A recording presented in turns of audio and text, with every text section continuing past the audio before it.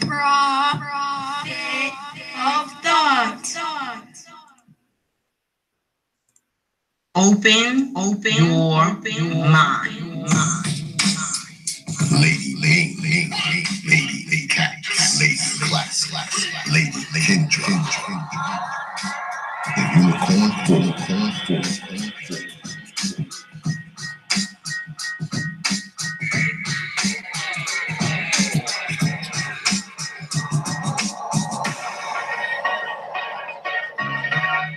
Open your mind.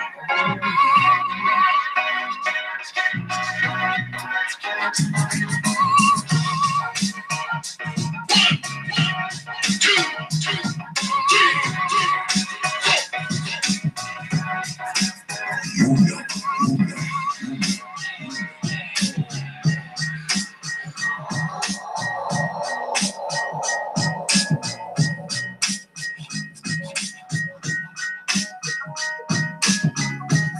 Thursday.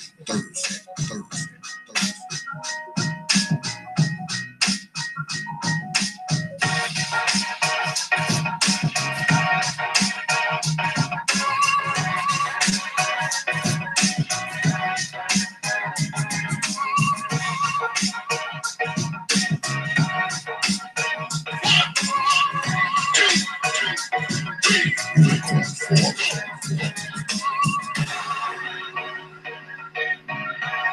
Open your mind.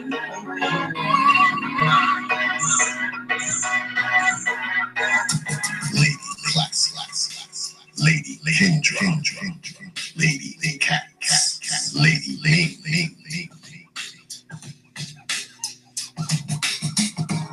The unicorn full.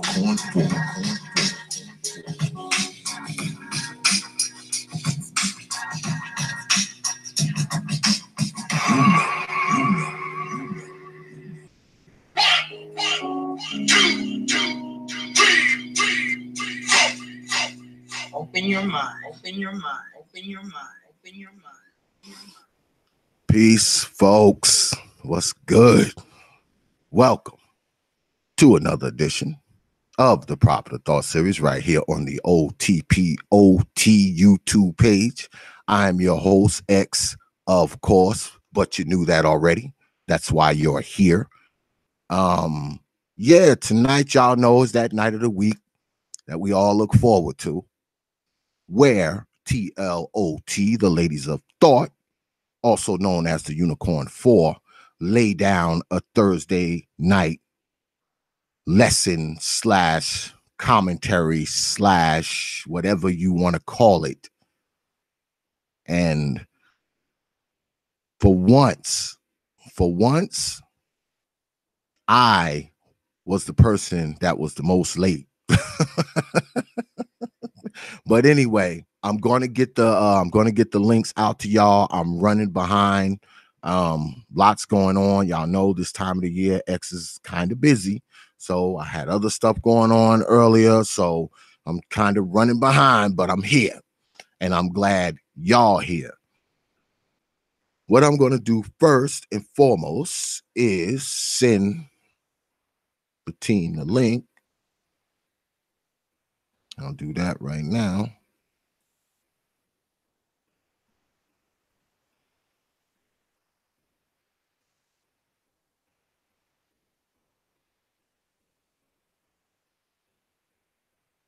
But I'm glad y'all decided to come by.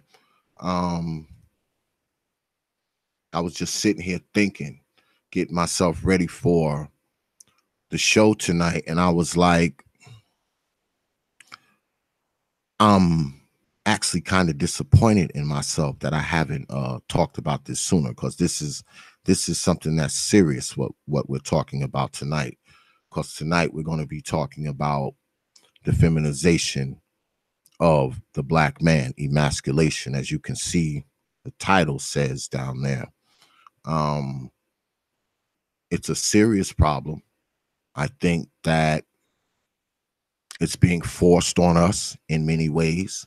I think a lot of us are acclimating to what is being forced on us. I think that society sees it in their best interest to feminize the black man as much as possible. I truly believe that. And I think it's not something that has just started. It's something that's been going on for quite some time.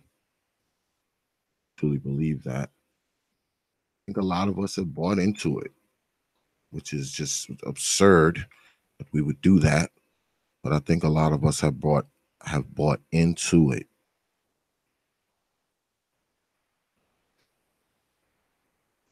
It needs to stop. It really does.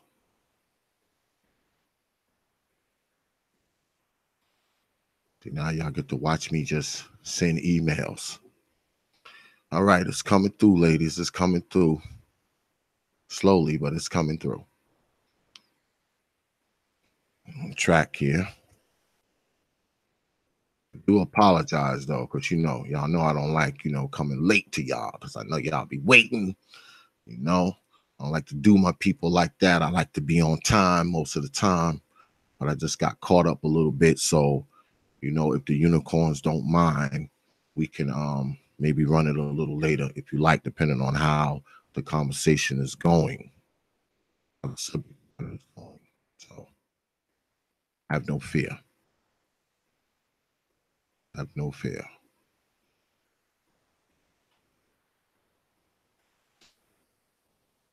Yeah, so I sit here and send out emails. I've noticed that some of you have started to request to be on the group page. Some of you have been linking up and following the Prophet of Thought series on Facebook. I'm rather proud of my folks actually supporting me. I think that happens often too. Matter of fact, let me talk about that. I think a lot of times we don't appreciate the people who do support us because we're so busy being angry at the people who do not, so I think that's a problem as well. And I want to let y'all know that I do appreciate y'all. I do appreciate y'all's support. I appreciate y'all sending me money, because y'all don't have to. That's y'all money. Y'all don't got to give me shit, but y'all do. So, I appreciate y'all. I do. That's why I try to make it right, try to keep it professional, all of that, because y'all know y'all my people. Y'all support me. Y'all look out for me. I do most of this for you, actually. Plus, it wouldn't be no fun if I was the only person watching. I see you down there, Lady Cats. What's up? Good evening. How are you? I'm good. I'm late, y'all. Y'all know I don't really like to do that, but I'm glad y'all stuck around. I'm appreciative of my audience and my followers. I see you up there, WOTP. I see you down there, Lady Kendra. What's good? Char to the Will. I see Lady Ming on the board. What up, Sheep Stay Sleep TV? What's good, brother?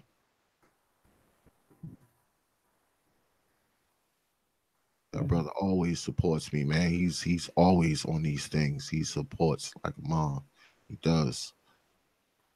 Yeah. Lady Classic. Lady Ming. The 4 has assembled rather quickly. You got beat this time, Lady Ming. It's the first time I ever seen you not come in first place. So yeah.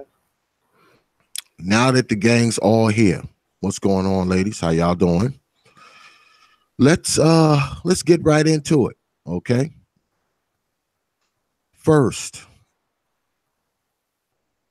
do you believe, as do I, that this country, this society has basically designed itself, and I don't want to say designed itself, since its inception, but it has designed itself, I believe, over the past 60 to 70 years to feminize the black man as much as possible.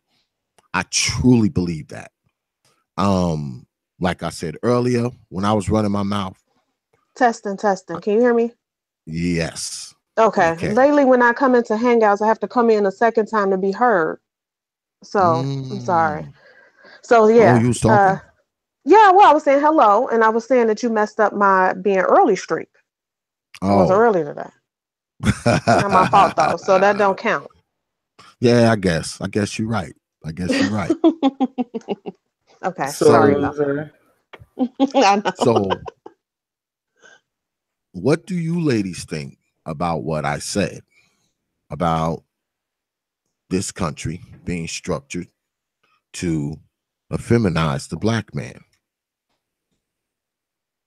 Do you believe that, or am I just talking? Because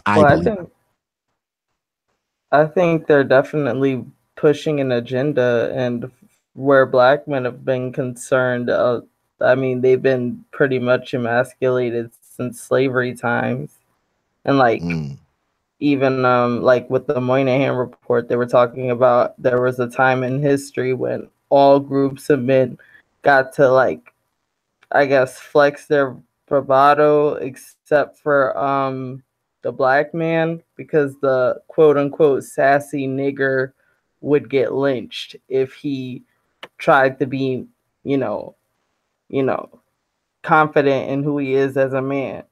So yeah, I think there's definitely an agenda, and lately I've been thinking that they're trying to emasculate most men, but I think it's been more prominent with black men. And of course, I agree. I think it's part of an agenda. I think it's part of a big old LGBTQ agenda. I don't know what their end result is, but you see it in everything. You see it in Hollywood first. You see it on the streets. You see it in the music. You see it in the school. You see it even in the television programs that they're starting to put out, even for the kids. In terms of when you get into homosexuality, and you may say, well, we're talking about feminization of men, but I'm a few steps ahead. It's a bigger picture than just being able to express yourself and wear colors and wear a dress if you feel like it. It's bigger than that. So I totally agree with it. And like Kat said, I think they're starting with the black folks, or not even, I should say, starting with the black folks. That might not be necessarily true, but I think that they've put the black folks on Front Street. I mean, I guess we're the most willing to do whatever it takes to have some money. So I guess we're easy for the picking, low hanging fruit. So maybe that's why, but I don't know. Or maybe it's just a big deal to us as black folks because our freak factor ain't as high as white folks. So it's like, oh my God, what's going on? When they're looking like, what do you mean what's going on? This has been going on forever. So, but definitely it's more prevalent now than it was, say, in the 80s and 90s when I was growing up. Lady Classic. I keep seeing Lady Kendra dropping off. Did she come back on? Then she drops off.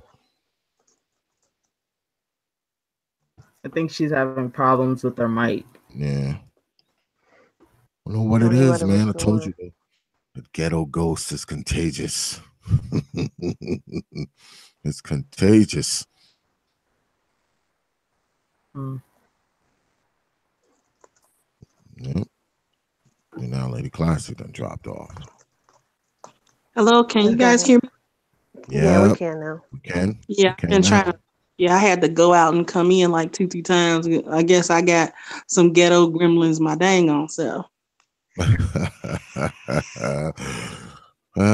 They moved down the lines. Yeah. Was anybody talking just now? I'm sorry. Well, I had asked about the effeminization of the black man. Do you ladies believe that this country is structured to effeminize the black man? Well, the last few decades has been spent effeminizing all the men. The effeminization of black men started in slavery, though. They've been doing that. Because when they first started the transatlantic slave trade, they didn't really bring females until later. But they were castrating in the worst possible, horrible way most of the Black men, because they weren't bringing Black females over. There was really no need to allow the men to have their men parts. It's the same concept, since they treated us like animals. It's the same concept. When you breed horses, there's the stud, and then the rest of the horses you geld. Okay. And the reason why you geld them is because you can't have a herd of studs, because a herd of studs is unmanageable. Okay. Because they're willful, and they are difficult to control because they maintain all of their testosterone and their drive as a male horse. So the way in which you make a male horse docile is you geld it. And so same concept. Like I said, they viewed us and treated us as animals, so they worked with us like animals. They performed animal injury upon us, but for the men, they gelded them. You know, how do you think Black men were working in the house? They're eunuchs. You know, they weren't going to let a full-blooded Black man run around those plantations because he possessed too much of his manhood, and he wasn't going to allow himself to be consistently physically oppressed, more so than psychologically so. He's not going to stand for it. So you get them, you get the strongest ones, as a matter of fact, and you break them, and then you geld them, and that's a lesson to the others. Okay, so you take all the alpha males, you do it to them, and the betas and zetas and gammas would fall in line. So that's actually been going on for quite a while. The Black community is always usually the canary in the coal mine. So they do something to us first to see the widespread social effect of whatever agenda they put forward. And if it has whatever desired effect they want, they'll actually spread it to other communities, including their own. So the feminization of Black men for hundreds of years, and it's taking new forms, and it's more open now because it's more LGBT is more open. It's not as taboo as it used to be. So we've got our young boys out here, young men, you know, everybody's a trans, everybody's gay, you know, or at least overtly effeminate, and it's more acceptable than it used to be. Even when I was growing up, they didn't like, you know, other boys didn't like a really effeminate male. You know, they would either outcast him, or in their own way, they would try to toughen him, where he would at least maintain some of his manhood and not so much an effeminate qualities, overt effeminate qualities. So yeah, it's been going on for a while. Can y'all hear me? Yes, we can. Yeah. Thank God. Okay. I don't know what's going on with Google Hangouts today, because y'all couldn't hear me either. The way that I see it is there is a difference between emasculation and feminization. And so can I say that I think that they've been trying to feminize the Black male? No, I do think that from the dawn of time, from the end of slavery, what they wanted to do is emasculate the Black male. They wanted to take away the power from the Black male.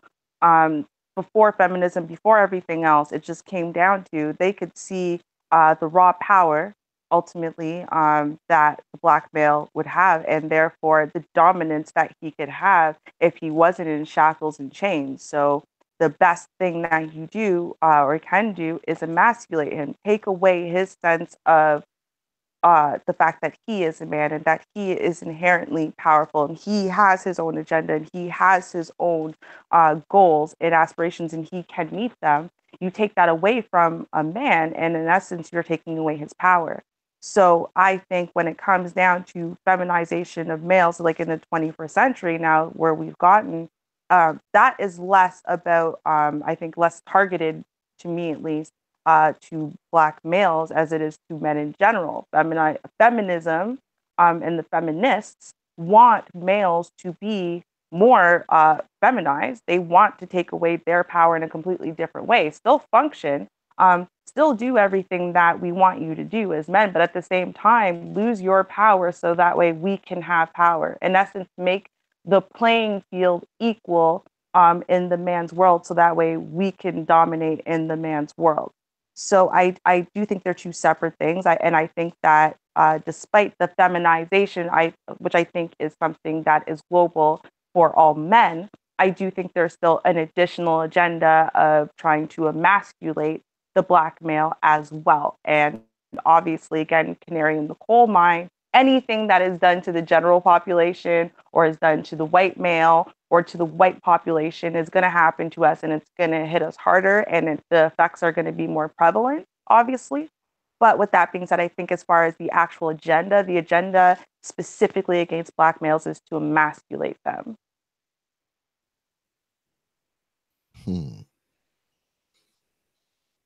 Well, I know if someone chopped off my genitals, that would be the ultimate emasculation.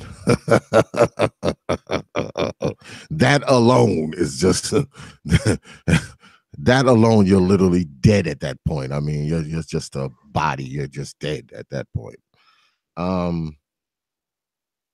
Now, you say, Lady Classic, because of course I agree. I agree with all of you.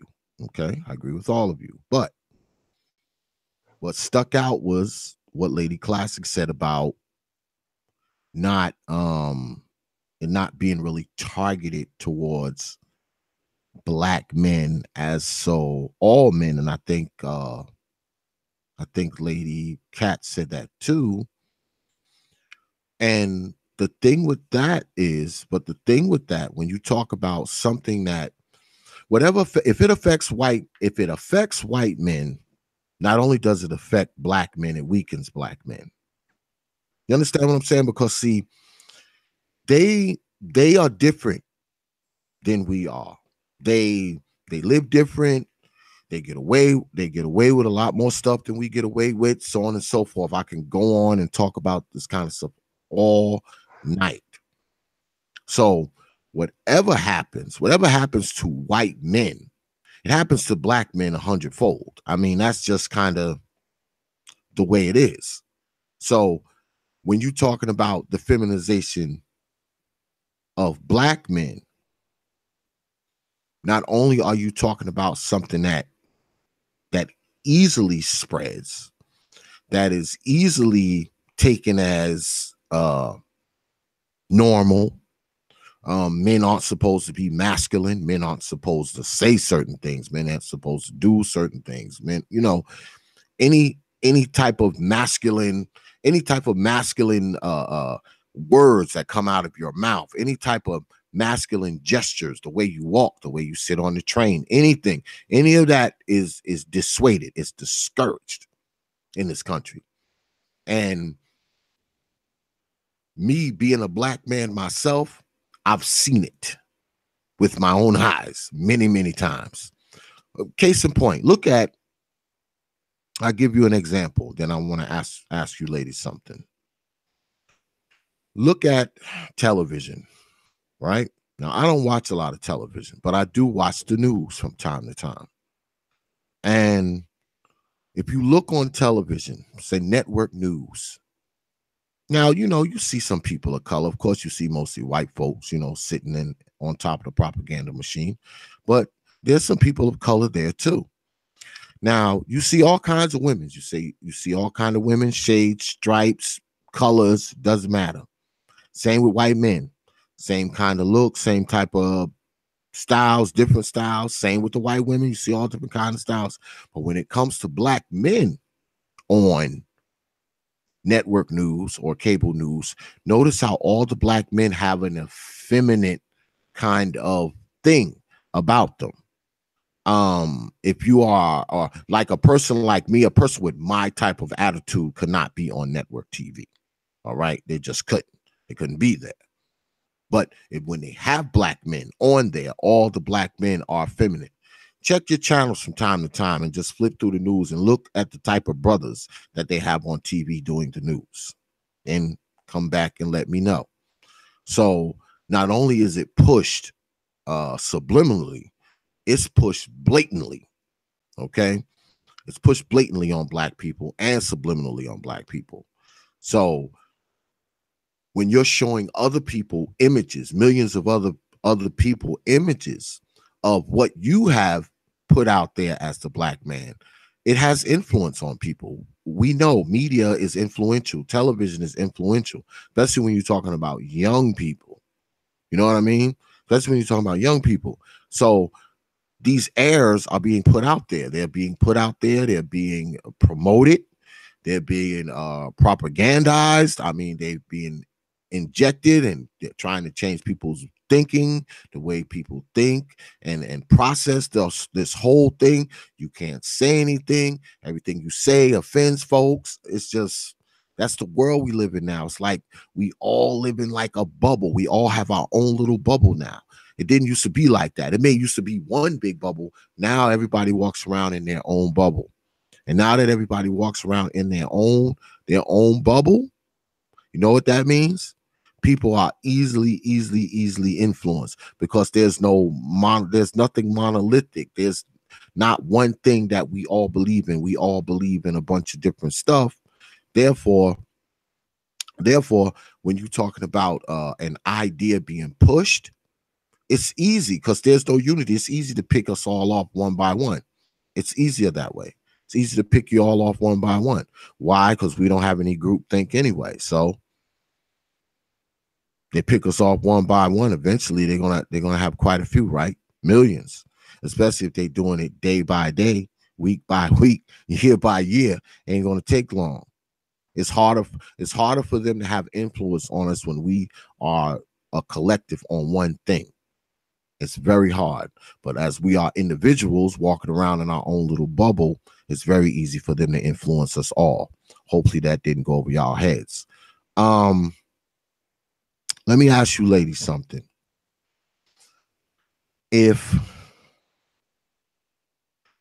What if whenever you've seen a black man, and the black man was respected, the black man was somewhat honored, even if the black man was treated with the respect that he was supposed to be treated with, I think there would be, number one, probably more good men. I think there would be probably less effeminate men. I believe we would be a stronger society. So what if there were no effeminate influences on men, especially black men? What would you ladies think the world would look like, minus all the effeminate images, the effeminate crap on television, the effeminate crap on media? All that's gone. Take all that's out. What does this world look like? Or should I say, what does the black world look like? I think there would still be some adversity for black men, because even like without the feminization, I mean, there's still a whole system that's against the community, and I guess especially against the black men. So, I just think there are other factors as well, like, where would they get weapons?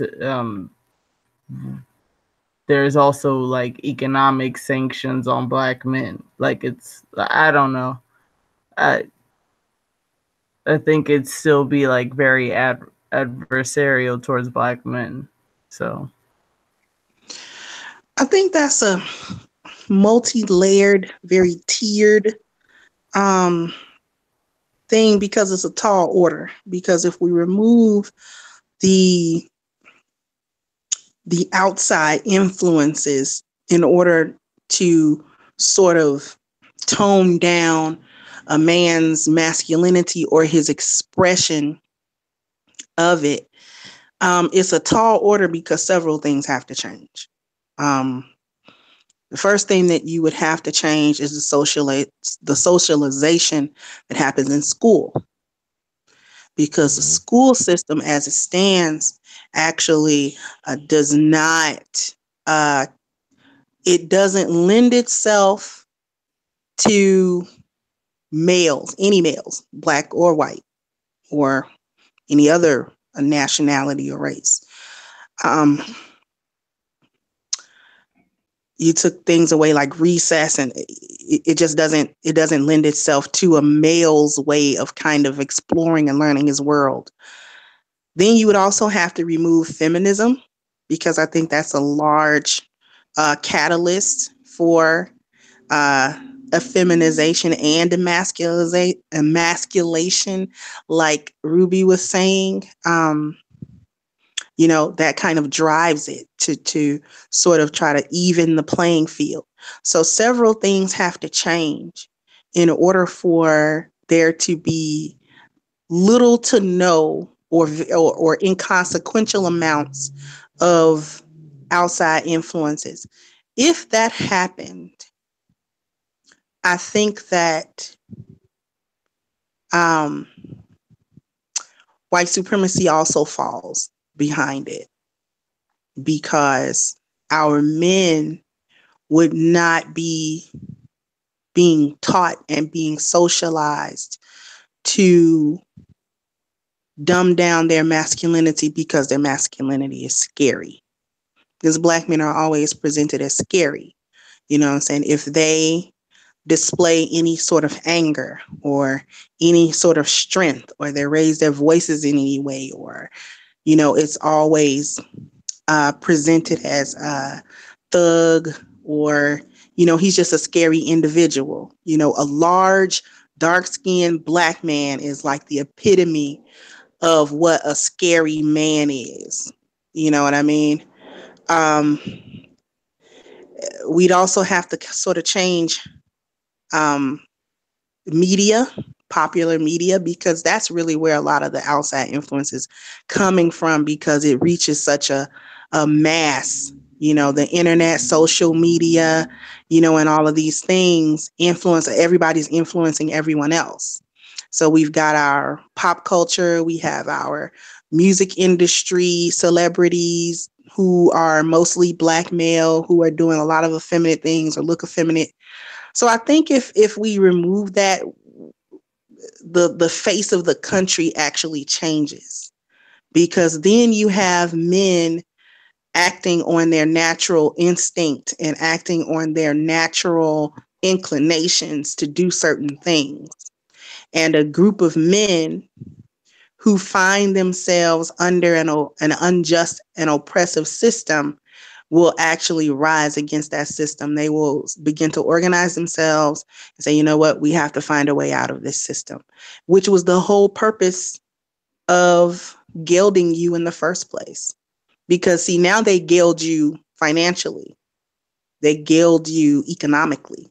You know what I'm saying? They've emasculated the males. They can't come get you and cut your balls off literally anymore. So they just make you emasculated economically, which is why they empower the black female to do certain stuff, because they make the black male obsolete to his family. He's make him obsolete. That's the whole point, make him obsolete.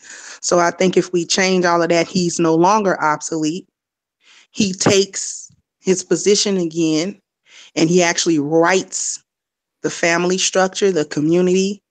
That's a scary thought, because life as we know it in America actually changes in that scenario. Well, to me, I actually don't think it's a scary thought. I actually think it's a wonderful thought, because I think for the most part, the most functional of our communities and families and people are already living within like a structure, whether it's within their households or their greater families in general, where men are men and women are women. And they've been able to buck the emasculation they've been able to overcome it. They've been able to either retain from birth, either because of their upbringing, or rediscover it again. And ultimately, they are men. And so the men within them, they don't have to try to prove it. They don't have to try to loudly, fight against anything, because they have that quiet confidence of their man. And when they do that, the way that they interact with other men, the way that they interact with other women, the way that they run their household, raise their children, interact with their finances, their jobs, just everything ends up working. Because the thing is that men are literally biologically, it doesn't matter how many generations of this bullshit and emasculation that they try to impose on us. And this is why 400 years later you still had slaves trying to run away, you still had slaves trying to buck the system. Why? Because it doesn't matter how many generations you come from of someone trying to take away what you biologically are, which is a man. You're a man. And likewise, women are women. They are made to be women. They are made to respond to that man. They're made to follow his lead. And to, as much as it sounds different. Like when I say, well, they're made to be guided. They're made to, be led and whatever. I don't mean it in they're made to be made into children. No, it's just a matter of that is their role in the biological hierarchy of life. So if we take away our men being emasculated, it just literally goes away. Every man literally tomorrow wakes up, and all these men that are on some feminine bullshit, all these men who have no idea what it is to be a man, they're still confused at 40 and whatever, that all goes away, and everyone is just a man. They just have it. They just know. A lot of our problems go away, not just within families, but within the hierarchy of our society. Within us being able to, Cerulean mentions a lot about us being able to organize, being able to, go about the system, learn the system you're in and fight it within the system. Pool your money, pool your resources, pool your whatever. We'd be able to do that. And literally, without changing the women, just changing the men, I really do believe that we would be able to fix the structure of our society. Would it stop white people from wanting to come in and destroy us or take shit away from us? Of course not. But at the end of the day, we would be able to fix our community and the structure of our society. We would fight and build and grow the things that we need. We wouldn't wait for white people to give it to us. We would give it to ourselves with all of that giant spending power women have. It would be redirected into our communities and into our families and into our growth. So I honestly think literally that is a major change that we could do that would fix a lot of things. But you can't just snap your fingers and take away these systems, really intricate, really detailed systems that start from birth onwards, that have been built and set in place because they work to take away the power of the Black man, so that way he can't do that. So, Brother X, the question was about getting rid of the outside influences, if you think that would stop the emasculation of our Black men, right? Yeah, the effeminate, the feminized, influences like media and TV and schoolhouses. Now, I started out by saying that I felt like media was largely to blame about where we are as it pertains to the feminization of our men. However, I don't think that they caused the issue. I think they exacerbated it. And what I mean by that is that, to your point, when you made about the monolith and how we're all walking around in these individual bubbles, which making it essentially easier to conquer and divide. Because everybody's in their own little bitty bubbles and they're pulling their wealth of information and shaping their worldviews based off of all of these influences that haven't been vetted by their core, meaning their foundation, their family. So it's easier to divide them. And I think that's kind of what's going on. I do not think the media or television is making men, gay or feminine or anything like that. I think that what it's telling them is that it's okay to be those things if that's how you're feeling, or if you're confused, or if you don't have anybody to teach you otherwise. Here's another perspective that you might can bite into or something like that. I think that if you do remove the influence of media and television, then it takes it back inward into the home, where now all of your lessons are learned from what you see in front of you and not what you see through a computer, a TV, or a cell phone. And then at that time, now we can start to actually shape our message and preserve our message. I'm a big proponent of the mouth to mouth, the way things were handed down back before we could read and write. And we've lost that now. So I think that if you turn that off, we'll turn back inward and we will have no choice but to have community, like Cerulean does talk about, because that's all you'll have is your community, back like we did back in the days, the 80s and stuff, when TV wasn't that high up the list of priorities. Oh, you went out there, you were in your community, whereas now you really don't have to be.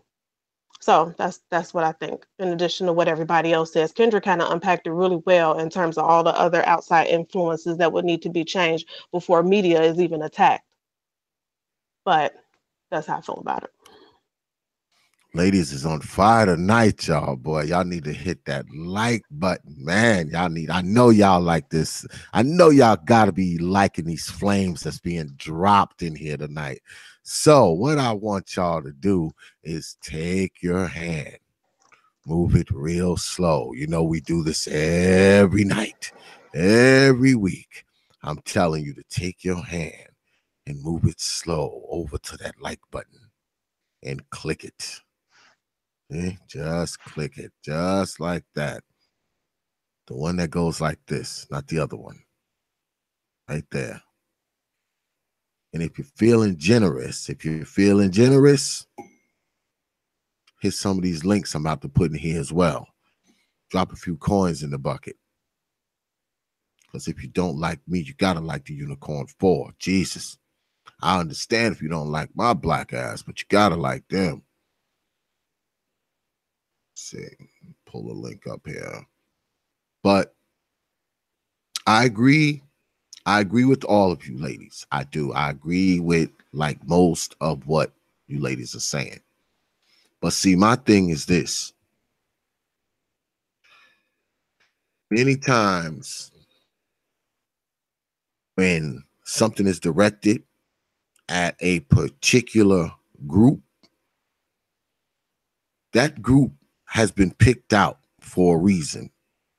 And I believe that it's not so, well, it is so much that it's done this way. But my problem is the reasons, and you ladies touched on some of it, the reasons why they're doing it. Or should I say the reasons I believe why they're doing it. That bothers me too. So what about breeding out? What about trying to perform population control? Do you ladies believe that takes place? Do you believe that they try to control our numbers? Do you believe that they try to breed out and keep our numbers under control? Do you believe that goes on? Absolutely. Yes. Cerulean touches on this a lot about in a lot of white dominated places, they don't want the black population to be over like 3%, or like I think it's 3%. And I think we're at like 14%. And anything above 3 is like way too much. Yeah, critical mass, It's a critical mass. Absolutely. I was had part of a conversation when we were actually talking about this, and we were talking about the role that Planned Parenthood has played in actually doing this, and things like that. And it had brought to mind, and because the way the conversation was flowing was basically that the role that Planned Parenthood plays in it is that they're trying to basically sterilize us black folks. And it brought to mind how in college, you get to go to Planned Parenthood for free. It was like you didn't have to have health insurance or whatever. So a lot of the college students did go to Planned Parenthood for their health care when you're not on your parents' health care anymore. And this one particular point in college, I kept getting bacterial vaginosis. For the men who don't know, it's not sexually transmitted, just so you don't be sitting down there talking about some, ooh, no, it's not that. But what happened is I could never get rid of it. So one time I finally snapped out in the office and I cussed them all out. And this makes absolutely no sense. I'm doing everything I'm supposed to do, eating yogurt and all other bullshit they tell you to do. I keep coming here. And that's when I found out that the Planned Parenthoods were not oversaw by real doctors. They're nurse practitioners, not to insinuate they're not doctors, but a nurse practitioner can have their own office as long as the doctor's name is on it, even though the doctor doesn't actually have to be there to run it. And a lot of them were LPNs like that and not RNs. I went to another doctor, coincidentally a white man, never had another bacterial infection since. And when that during that conversation and the person was making that point, a bulb went off in my head. Like that's what the fuck I was going through. You know, as outlandish as that may sound, you can't. The facts are the facts. I had it, couldn't get rid of it. I went somewhere else, and I haven't had one since. And that was probably almost 15 years ago. So that's not coincidental. You know what I mean? I mean, we'll never have actual proof unless we're sitting in on the meetings, but you could just look around you, you know, and tell they're giving out abortions like, you know, back in the day, you used to get an abortion for $50 at the county hospital in Chicago. $50. And it's not, and I'm not gonna go that far back in the day, let's say late 90s. They were $50. You can't tell me that something as big as abortion, they were just giving them out for $50. Who you think they trying to who you think they targeting? The people that only Let me got tell you $50. something.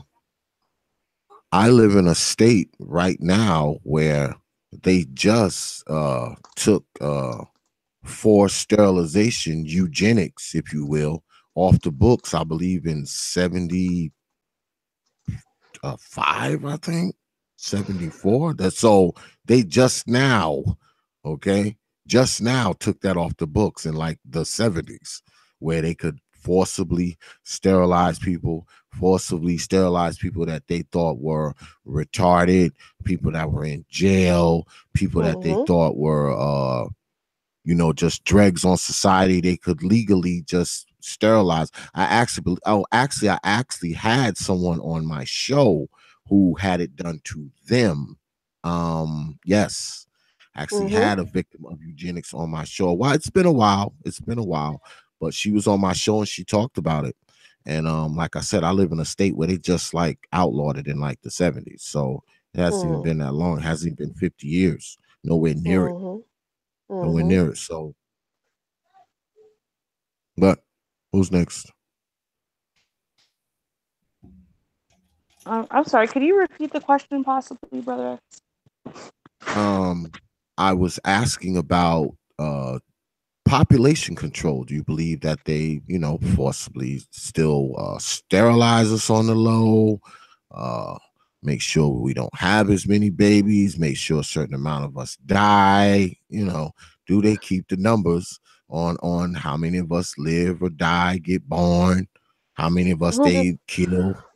Before you go, I want to just put this little nail in the coffin because a lot of people might not understand the ramifications of having bacterial vaginosis. Had that went unchecked and I never got it settled, it could lead to sterilization or pelvic inflammatory disease, which leads to sterilization. Just for those who may be unfamiliar or didn't know, I want to put that.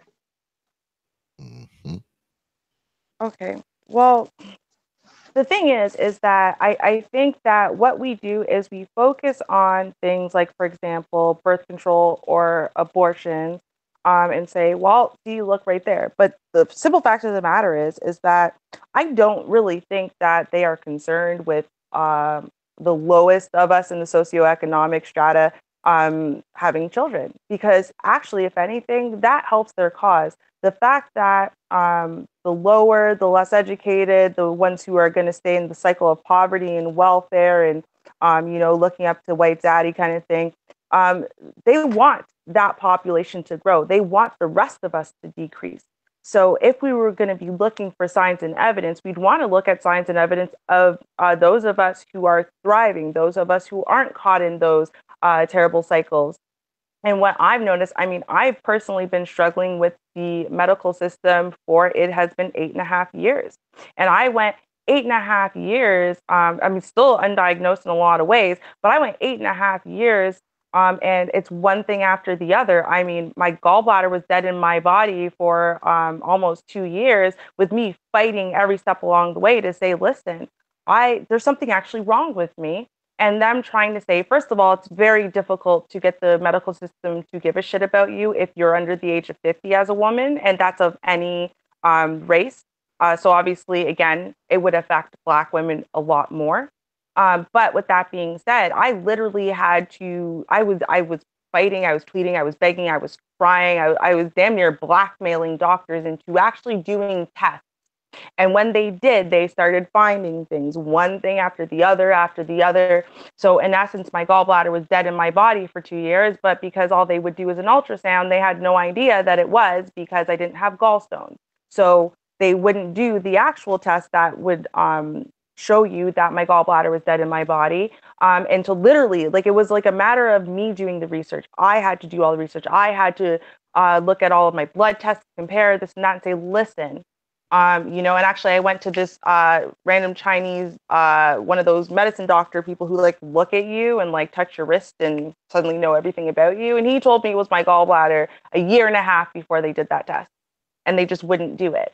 So, and that has been my experience with the medical system every step along the way, especially with gynecologists. They don't care at all. So, you know what? I would think, if anything, and I feel it very strongly, is that, I'm in a position where, I didn't have children really early. I was in school, thriving, and I was in a really good school, and I was going to be able to go somewhere and do it really quickly, et cetera, et cetera. And it's like, oh, suddenly she's sick and she can't achieve anything anymore. Great, let's keep her there. And I think that is what we need to look at, is what kind of medical care, what kind of sneaky little sideways shit are they doing to the Black population, for those of us that, aren't stuck in those cycles that they want us to be stuck in. They want us to be a giant population of people who are poor and on welfare and dependent on them and can't do shit. So that way, when they say those things about us, they end up being true. And for those of us who've never gone on welfare, never did this, never did that, they want us to fail. And you know what? They definitely don't want us to populate the earth. They don't want our segment to get bigger and bigger. They don't want our segment of our community to thrive and succeed and pass down what we've learned and what we've developed to future generations. And, so you tell me Ming, and I can see Ming has been able to go through this, a really struggle life and, get to the other side. And you know what? They didn't want her to get to the other side. They definitely didn't want her to continue procreating and build children and build a family and build an example that she's going to pass down to generations, and one of hers be going to come 3 or 4 of them or whatever. So yeah, you know what? I absolutely believe that they are. It's going to be some sneaky sideways shit and those sneaky little sideways ways. They can't do it obviously anymore, like affecting people with syphilis and just waiting to see what happens. So they're going to do it in sideways ways. They're going to do it in ways, and they're going to do it to the part of our population that could be powerful, that could potentially bear the children. If not those children, then their children's children, who are going to take over, who aren't going to fall for this shit anymore, who are going to, in essence, break their power structure. So I think that we need to be really seriously looking at that and contemplating those things. And for those of us, once you get out of the mire, you got to start doing your own research. You can't trust what the doctors are saying and what everyone is saying just on face value, because honestly, they don't have your best interest at heart. They really don't.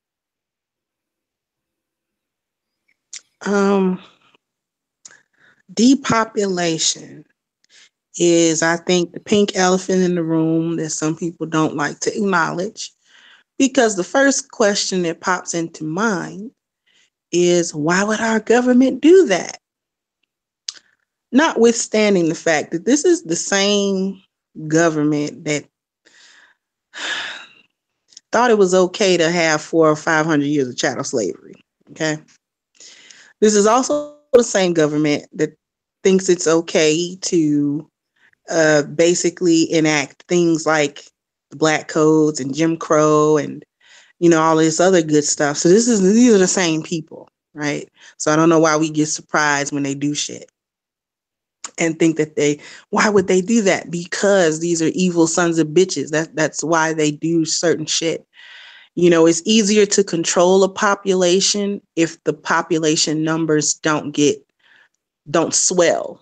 Okay, because if the numbers swell beyond what's comfortable for you to dictate over, then then you have to worry about being overthrown by some section of this population.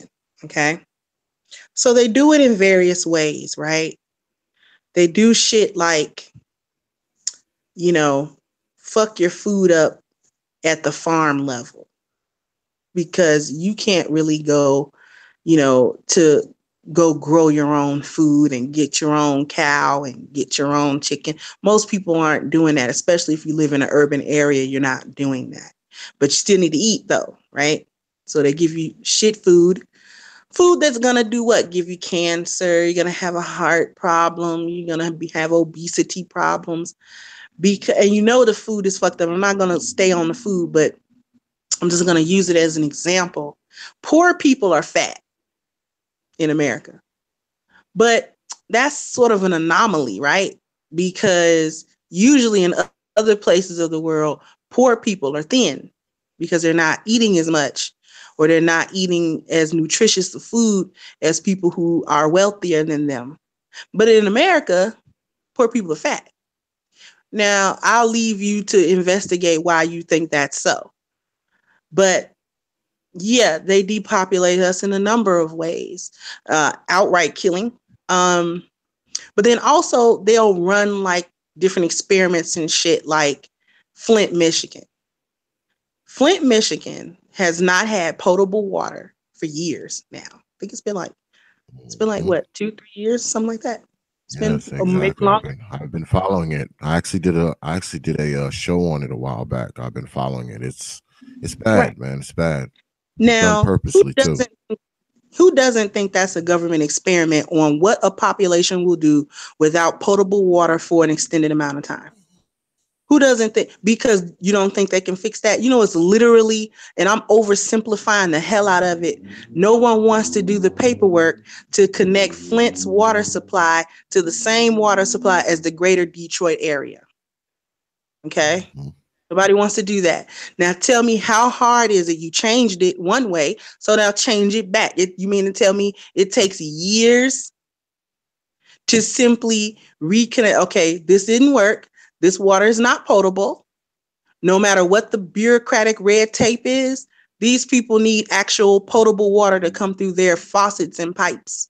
So let's reconnect the water supply to the same water supply that the greater Detroit area uses, and we'll figure it out from there. But they won't do that. And you can't tell me that they can't do it. They won't do it. That's the problem.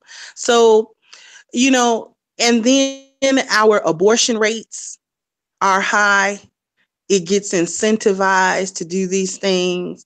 We're almost the only population in America that thinks having children is a horrid, life-changing, life-altering, but for the most negative, connotation. Having a kid ruins you. It's not something that we look at as a legacy building potential. Ruins us, regardless really of our situation that we're in. You know what I'm saying? Having a kid, even for some married couples or couples been together, having a kid ruins them. I don't want to have a kid. We're the only ones that really think like that. You know what I'm saying? And I'm going to leave the audience to investigate why we do that, because that's a whole nother show. But yeah, depopulation happens. I mean, I could go into a lot of different stuff, but I'm going to stop it here. But yeah, depopulation is a big deal. And it's happening to us. I do not believe, the earth is overpopulated and this is why we can't, distribute the resources. That's bullshit. Distribution of resources and wealth is the issue, not the number of people. Mm-hmm. I agree. I totally agree. See, this is what we have when you have a system that takes men out of it. I mean, a lot of times the reason for the black, because I don't, to be honest with you, in all honesty, I don't think it's just trying to emasculate the black man. I believe trying to emasculate the black man is trying to emasculate the whole race. That's kind of how I take it. They're trying to emasculate the whole race with, they're attacking the men from one side, they're influencing the women from the other side. So they're trying to emasculate the race. Now, I think because they know that black people are strong and have great resolve. We've proved it with all the shit that we've been through, with all the shit that white people have done to us and everybody else has done to us. We are still here. We're still here and we're still fighting. Excuse me. So they have to keep it up. They have to, because we're still here and we're still fighting. We just won't die. Because far as black men go, they've done many experiments, and let us see what happens when we do it to the black people. Let us see what happens when we do it to the black man. They've done a few of those throughout history. Tuckasegee Airmen come to mind, because they injected them with syphilis just to see what would happen. Okay, let's inject them with syphilis and see what happens. And some of these men have wives and girlfriends, and they didn't treat the guys after they injected them with all this shit. They didn't treat them. So I mean, so much stuff has happened to the black man where they don't even do it subliminally. They just literally just put some shit in you that will make you sick and possibly kill you. No, nothing subliminal, nothing in the water, no hand behind the back. Just, here, let me see your arm. I want to shoot you full of this disease just to see what happens. I mean, that's the world we live in. We live in that world where that really happens. So I don't put anything past them. Like I said, the influence of this country. I mean, forget media and television and radio and internet. The country at large, this whole damn country wants to feminize the black man. Well, probably feminize all men too, but I believe more so the black men, because we're the men that they need to feminize the most, because we're the men with the most testosterone. That's just my beliefs. Maybe I'm biased because I'm a black man. But you're probably right about that also too, because let's be honest, we're trendsetters as a race, whether they want to call us that or admit it in public. It's the truth. So if this is on a bigger scale or on something that just doesn't deal with just specific race and it's about men, you start with the black men, because all the rest of the men may follow suit. Because if they're doing it and it's cool, it got to be cool, because black people are cool. Black people are cool. I completely agree with that, because if you remember a couple of years ago, the Academy Awards awarded this one movie called Moonlight, and it was a movie that was promoting not only homosexuality but pedophilia, and of course the main cast was all black people, and the director was a black male, and yeah, they were basically promoting pedophilia. And of course, if they wanted to be accepted by all Americans, they had to try to get it accepted by black people first. Some black people took the bait, but most black people didn't really fuck with that movie. And the only people who really liked it were white people, which is why they won the Academy Award, but didn't really get that much black support.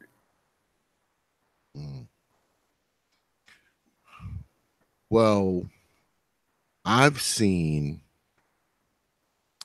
in media where when you talking about a production, like an all black production. When you see anything on television that's an all black production, it's meant for who? It's meant for black people, right? That's who they're making it for. You look on TV and a lot of movies, if there's an all black production, there's going to be at least one homosexual example or image, or all the men in there can't be men. Some of them have to be gay. That's the only way the story's going to work. That's one thing I liked about Black Panther. Okay, that movie, there was no homosexual innuendo. There was no homosexual parts. Nothing. It was none of that in that movie, and that's one of the first times that I've seen an all black production where there wasn't some homosexual element involved. It's almost as if this is what bothers me. All right, I don't care if a person's a homosexual. They can be a homosexual all they want. I don't care. What bothers me about it is whenever they put a production together and it's about a group of people, it's like a group of us can't be together without there being some homosexuals in the crowd. That's stupid. That's stupid.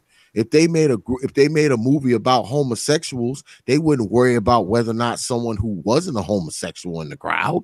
So I mean, whenever there's a black production, there has to be some homosexual image. I mean, not everybody who groups up as black people are homosexuals. I mean, it's just not how it is. That's another thing.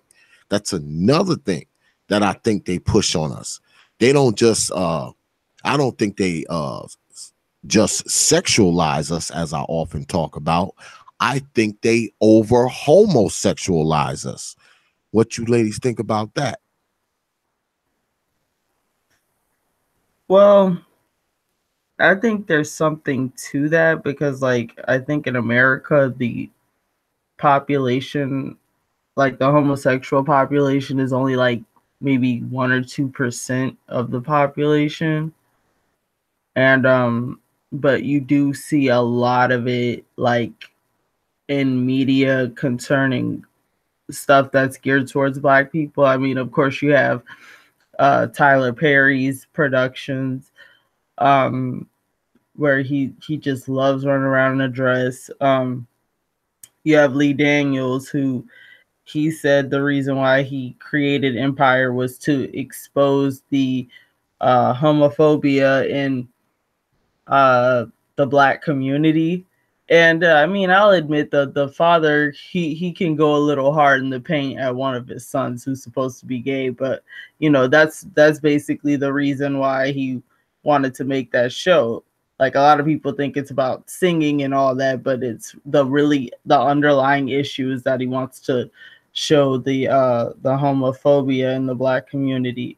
I mean, and then it goes all the way back to like what's his name? Garrett Harris from SNL. They always had him dressing up as a woman. They always, like, they had Flip Wilson dressing up like Geraldine or something. So, you know, I do think that they've been promoting that for a very long time. Yeah. It's funny that you would say Flip Wilson. Wow, that's back there too. That's back there. I actually had a Flip Wilson doll when I was a kid. It talked. You pull the string, and he would say some of the stuff. Yeah, he would say, and it would say some of the stuff he said. You know, like on his stage performance, it would say, you know, not the curses, but you know the other stuff. It was a Flip Wilson doll. Yeah, pull it up on Google. You'll see what I'm talking about. It's a Flip Wilson doll, and it said all his crazy sayings. It said things as Geraldine. I think it was Geraldine. I think it was Flip on one side, and if you turn the head, it would be Geraldine or something. Yeah, I had one of those as a kid. I sure did. Yeah, see it. Wow, Flip Wilson. Yes. Oh, I'm also thinking about when they did a roast of Richard Pryor. It was him and Paul Mooney, like, kind of sending each other subliminal shots, talking about like sucking dick, and I'm like, in a roast, but okay.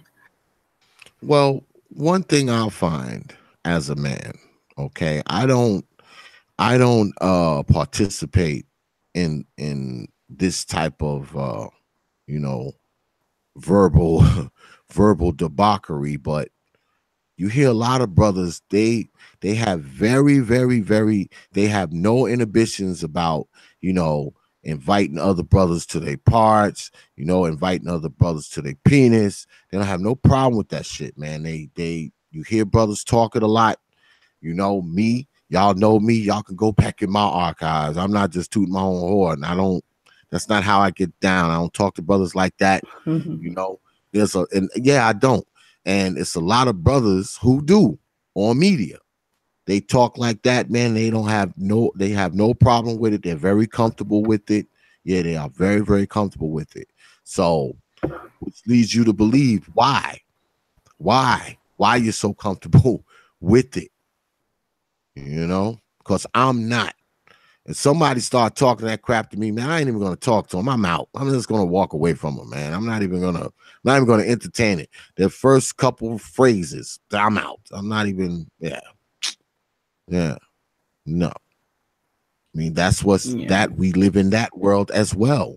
That's that's the world we live in, unfortunately.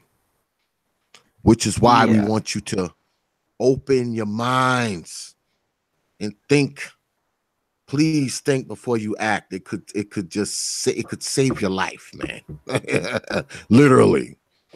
Damn, did everybody answer? Did everybody answer before I go on to the next question? Yeah, I think we did. Okay. Now you ladies are on media, right? All of you. Y'all are built for this. Yeah, y'all are built for this. From what you see in just this little spectrum, because like I said, we're all on media. What do you ladies see in this spectrum?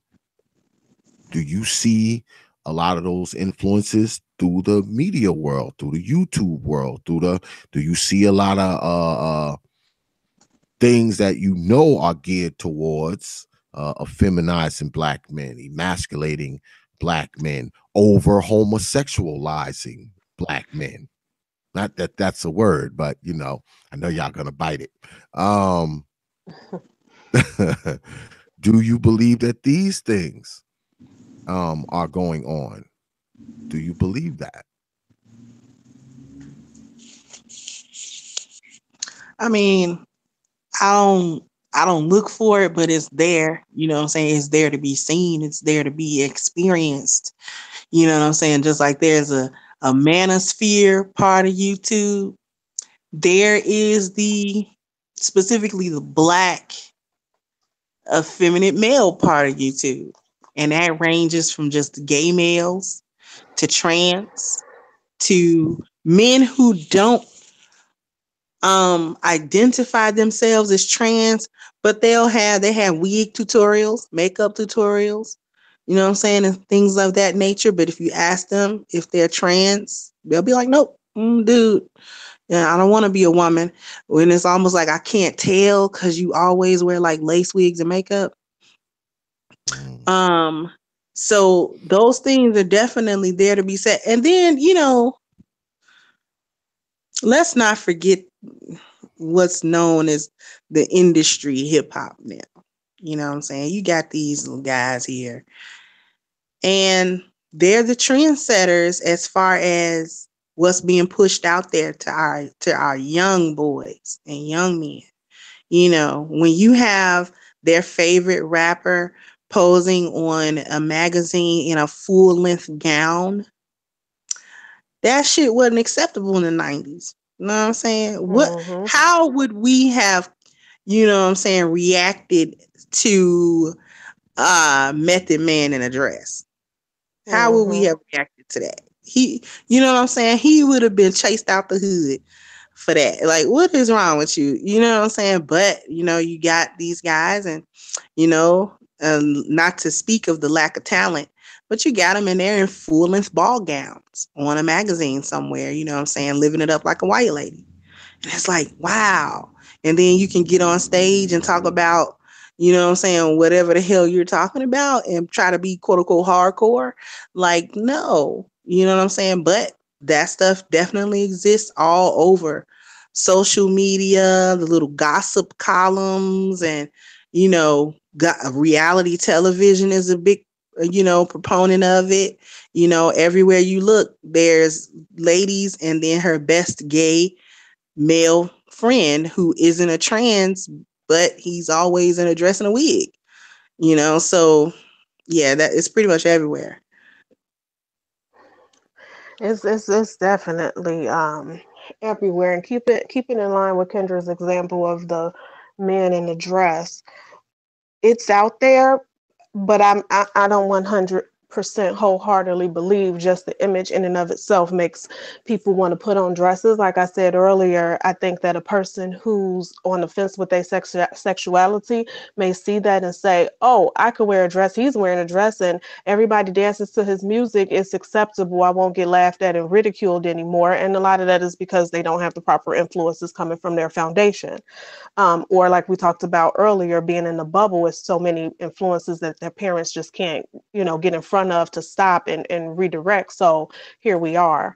I spent a lot of time around the industry, if you will. I worked at a radio station as an account executive, have dated people and been around the sports industry, and from writers to athletes, and I didn't see anything that'll say, oh, this is the type of shit they doing behind the scenes. I think it goes deeper behind the scenes than even that, kind of the deep behind the scenes that you don't even know is even there unless you're invited to type shit. Because I can't say that being around the sports athletes, or being around the people that write about them, or being around the musicians and the ones who play instruments and sing or rap, I never saw any of that type of behavior to be like, give you guys an example of it. But I know it got to be there. As far as television is concerned, a good example I want to bring up is RuPaul's Drag Race as an example of how, I won't say a bait and switch, but how they take something and then they keep playing it and playing it, and then next thing you know, they slide something else over in. I started watching RuPaul Drag Race, 5-6 years ago, or whatever, when it first came on. But back then, yes, these were men who liked to dress and drag, but it was about the showmanship. It was about the artistry of it, the makeup, the clothing, the singing, the comedy. It was about everything. They so happened to just be men who wanted to be women or dressed as women, because a lot of them didn't even want to be women. But then I started noticing about 3 years in, the but it overt was gay ridiculous jokes. still, though. It's ridiculous, It but it wasn't ridiculous at first because I was into all those things. But then I started noticing the overt gay jokes. The like, because they'll bring in like these hunky men and speedos and shit. Now all of a sudden you actually talking about his package in a flirtatious kind of way, and I'm like, you know what? I got to cut this shit off.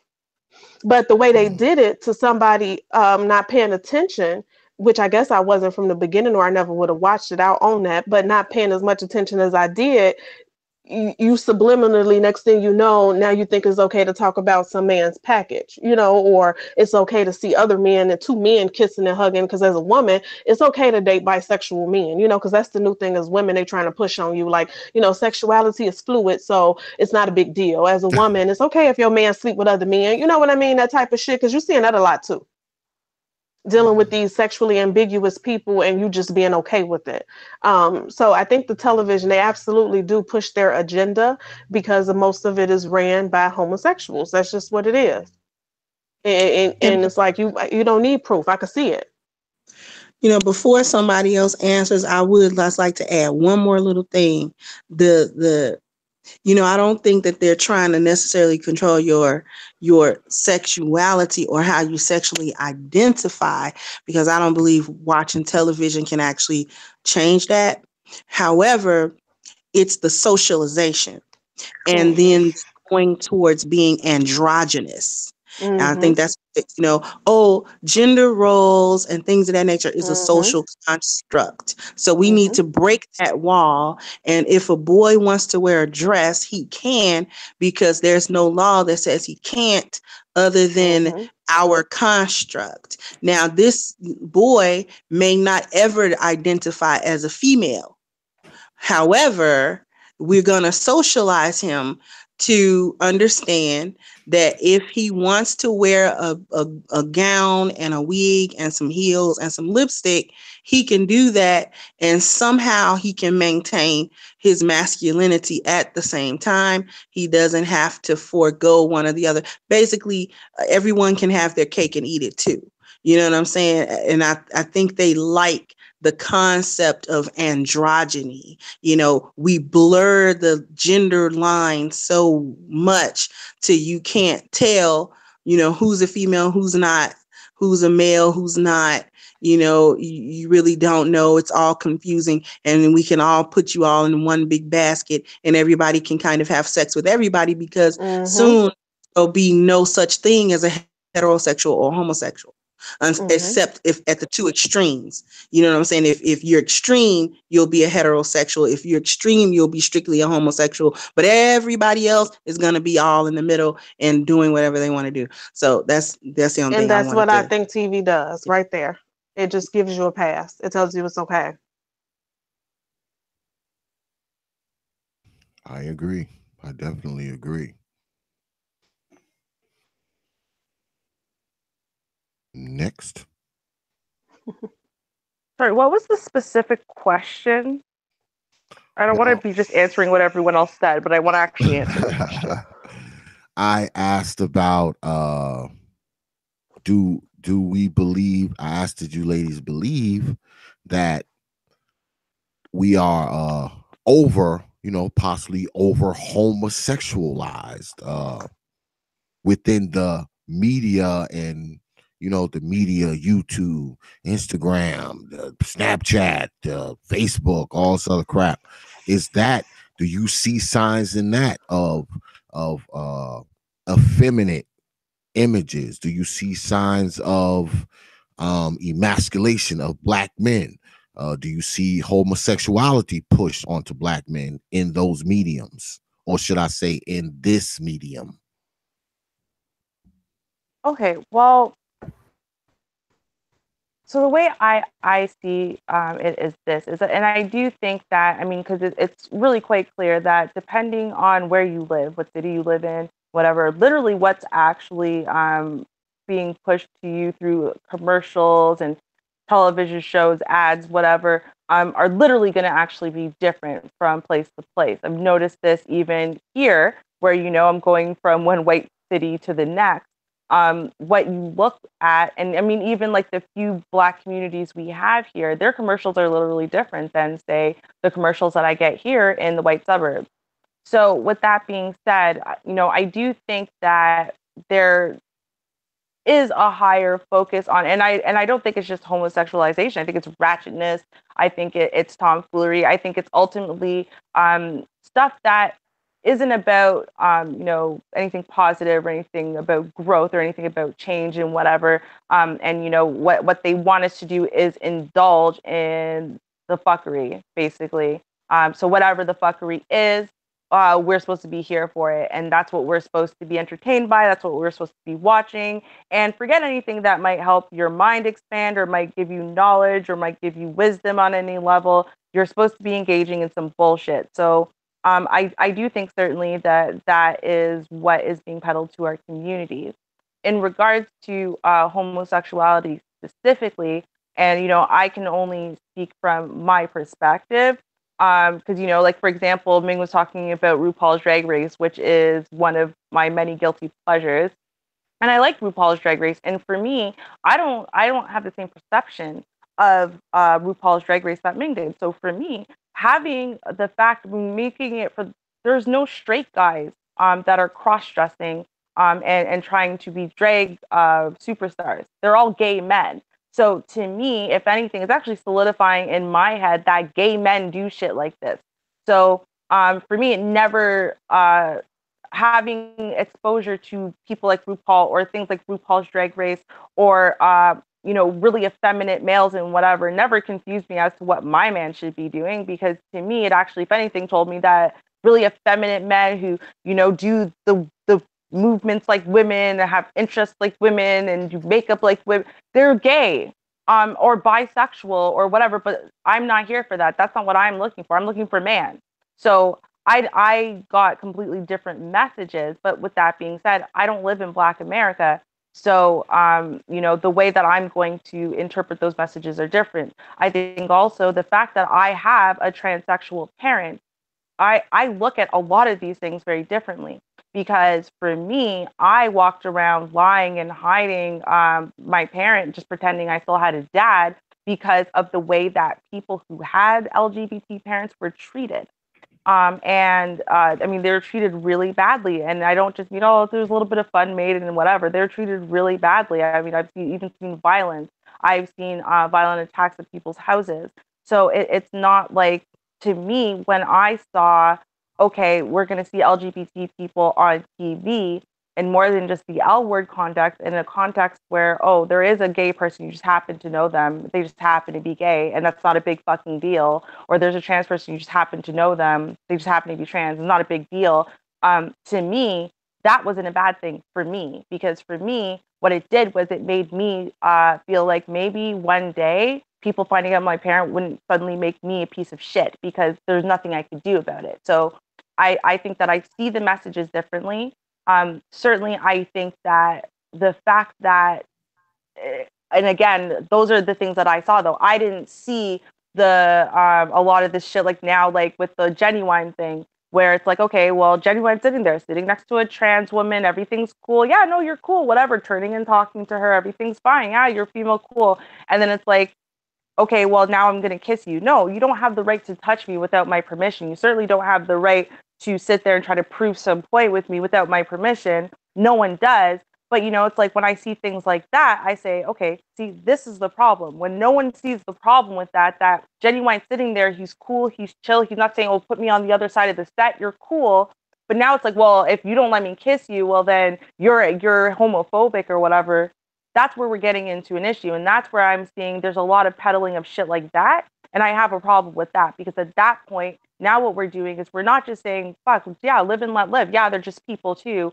What's being peddled is, well, not only are they people too, but if you're not engaging in some way or the other and you're not cool with that, well, then you must be, you know, you must be filled with hate. You must be filled with fear. You must be filled with whatever. And what do people do? There's a lot of sheep who say, well, I don't want to be fearful. I don't want to be considered, you know, homophobic, whatever. So, okay, I'll go along to get along. And that's where we're having an issue. And that's where, to me, I'm like, that is being peddled to our community. You know, it's literally on a focused level, a lot of that bullshit, a lot of that ratchet kind of media then also adds those elements into it. And that's being pushed to us as something that's normal and commonplace and every day. And that's how things are everywhere. And it's not actually like that. But when you push that to our media, and that's what we see, a lot of us chill at home all the time, it starts giving, totally the wrong message. It starts trying to send the wrong kind of programming. And to me, that kind of shit pisses me off, though, too, because at that point now it's entirely counterproductive to something that might actually have been helpful to me growing up, for example. So I think I see things a little bit differently than everyone else, but at the same time, I also do see the extreme to which we've gotten now, and to this new way that they're starting to do shit, and I really disagree with it, and it sickens me. So there's that.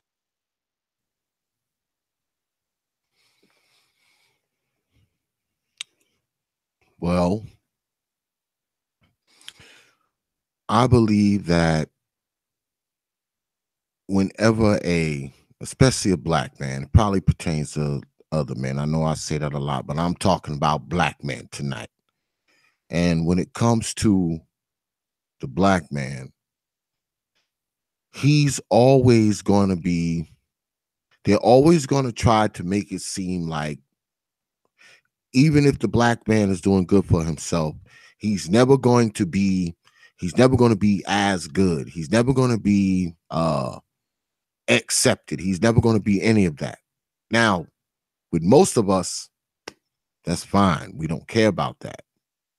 But we have a segment of us who have subscribed, you know, what y'all should be doing to this here channel. They've subscribed to the idea of that they will be accepted. they have subscribed to political correctness. And I think political correctness has some effeminate tones to it, because you tell a man you want to emasculate the man's speech, you want to emasculate how he conducts himself, you want to emasculate what he can talk about, what he can say, what he can't say. So when you talk about political correctness, that in itself has somewhat of a feminizing effect, especially when you're applying it to men and telling men that they can't speak on things that they disapprove of. They can't speak on things that they don't want to be a part of.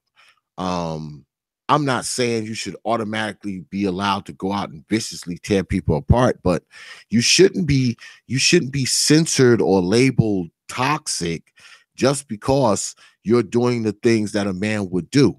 You know, a man is going to stick up for himself. A man is going to speak up for himself. A man is going to, make his position clear. And that in itself, in a sense, has been attempted to be taken away from most Black men. It's been attempted to be taken away from most of us. And the question is whether or not is it happening. The question is whether or not many of us are falling victim to it. Well, let's talk about women. Because I don't believe that men feminize other Black men. I just don't believe that. Even if a person is a homosexual, I don't think he can turn another person into a homosexual.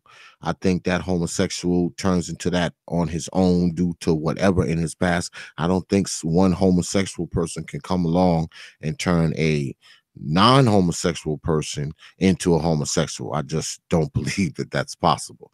I think they already were it. So when you think about it in that context, when you talk about the effeminate images, the homosexual images that are pushed often, you got to wonder whether or not, like I said, whether or not, what are the numbers that are? Because, some of our people, man, are easily influenced, man. That's why we have a lot of the shit that goes on within our society does the way it does. Because a lot of us are easily influenced. We're very incorrigible. So some of those images, some of those effeminate images, some of those pushes of political correctness and don't say this and don't say that and don't do this and don't do that, all of that stuff has to have some effect on people, even if the effect is very light. And I believe a lot of us, that effect is very great. I mean, a lot of us, we'd probably be better off if we watched less television. I'd probably be better off if I wasn't on damn YouTube as much. I mean, we'd be a lot better off if we stayed away from propaganda and assess things for our own selves, as opposed to always getting something second person, third person, whatever. If we did more discovery on our own, I believe that would dictate a lot more self-discovery. And I think that they have taken a lot of that from the male sector in Black society, because that's what they want to do. They want us to, they don't want us to self-discover, because the self-discovered Black man is a very powerful thing. That's a very powerful entity. So they want to make sure we don't self-discover. Trust me, that's what they're afraid of most. They're not afraid of our muscles. They're not afraid of they're not afraid of us grouping up and joining up and taking over something. No, they're not afraid of that. They don't want us to be self-discovered, because see, if you get enough of us self-discovered, we will have sort of a monolithic kind of thing. That is what brings us together as a people, is self-discovery. Once we have some self-discovery amongst us, that is what kind of aligns us. One thing about people who lived in the 20s and 30s, one thing they knew, man, they had self-discovery. That's why they stuck together. They had if they didn't have a monolithic lifestyle, they had some degree of a monolithic system, and it worked because they were able to meld it and gel it and make it work. You don't see You don't see that kind of stuff these days and times. You just don't. Because they know if they keep the men, if they make an attempt to make men weak, they never have to worry about an uprising. They don't have to worry about, because the uprising would come from men anyway. If there was going to be an uprising, if somebody wanted to, when someone storms the Capitol somewhere, or storm the mayor's a mansion, or storm City Hall, those are men that do that, man. Those are mostly men doing that. So if you keep the men from wanting to do those kind of things, you don't have to worry about anybody else, because the women will scream and shout, but the women ain't going to take over nothing. Okay. Only thing they're going to take over is if somebody mess around and put a too light skin of a chick on a commercial, and everybody else get mad and say they're racist and stop buying their shit and make them have to apologize and change their commercial. So as far as war, uprising, they know that would be men. So they got to keep the men docile. They want to keep the men effeminate, non-threatening. I mean, it was easy for me to find pictures of men in skirts and dresses and makeup. It should have been hard. It wasn't. When I made the promo, finding the men in dresses with makeup and skirts and wigs, it was relatively easy. It should have been a lot harder to find those images. But let me ask you, ladies. I've always wanted to know this. I have my theories about it. You're all women, right? You have a son. And I know I like to give you ladies hypotheticals, but this is a hypothetical that could actually really take place. You have a son, and your son is showing signs of effeminate. He's showing signs that make you wonder whether or not he's going to eventually become a homosexual. What do? How do you handle it? Your son, we're talking about. How do you handle it? I raised him like I was gonna raise him anyway, because how do I know that he's gonna be a homosexual? And here's what I mean by that. When I was growing up, and I've said this before, I was a tomboy. I played with He-Man, and I dressed like a boy, and I wanted to play basketball, and I like football and all this other stuff that would be considered boy stuff. Now, if I was a little kid in this day and age, they would be trying to figure out whether or not I was trans. Okay. But my mother didn't do anything any differently with me than I think she would have done in any other case. And she also never questioned, even as I got older and continued the trend of being a tomboy, she never, not to me, she never questioned my sexuality or, girl, you gay. She never did. Nobody ever did. And then once, I started being interested in somebody, it was boys.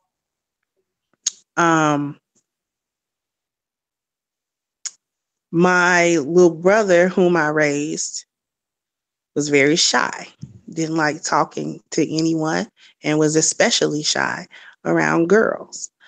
He didn't do what would be considered girl stuff, like play with dolls or anything, but he was just very shy and, not very talkative and not very forward as he was growing up. And those things, especially in the Black community, could be construed as effeminate coming from a boy.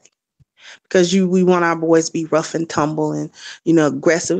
Not everybody's like that. Now, he became aggressive as he got older. But, around that anywhere from 8 to maybe like 12, he was kind of in his shell a little bit. And I didn't, overreact. It didn't cross my mind that he may have been, well, man, what if he's gay, blah, blah, blah. Because I wasn't going to raise him any differently than I was going to raise him anyways. And if he grows up, gets grown, and tells me he's gay, I'm going to deal with that when I deal with it, cross that bridge when we get to it.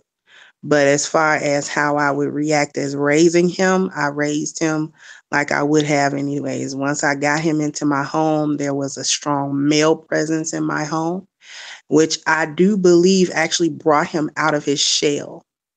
And I think it gave him more confidence to sort of speak his mind and be more aggressive and be a little bit more assertive and more forward in what he wanted to do.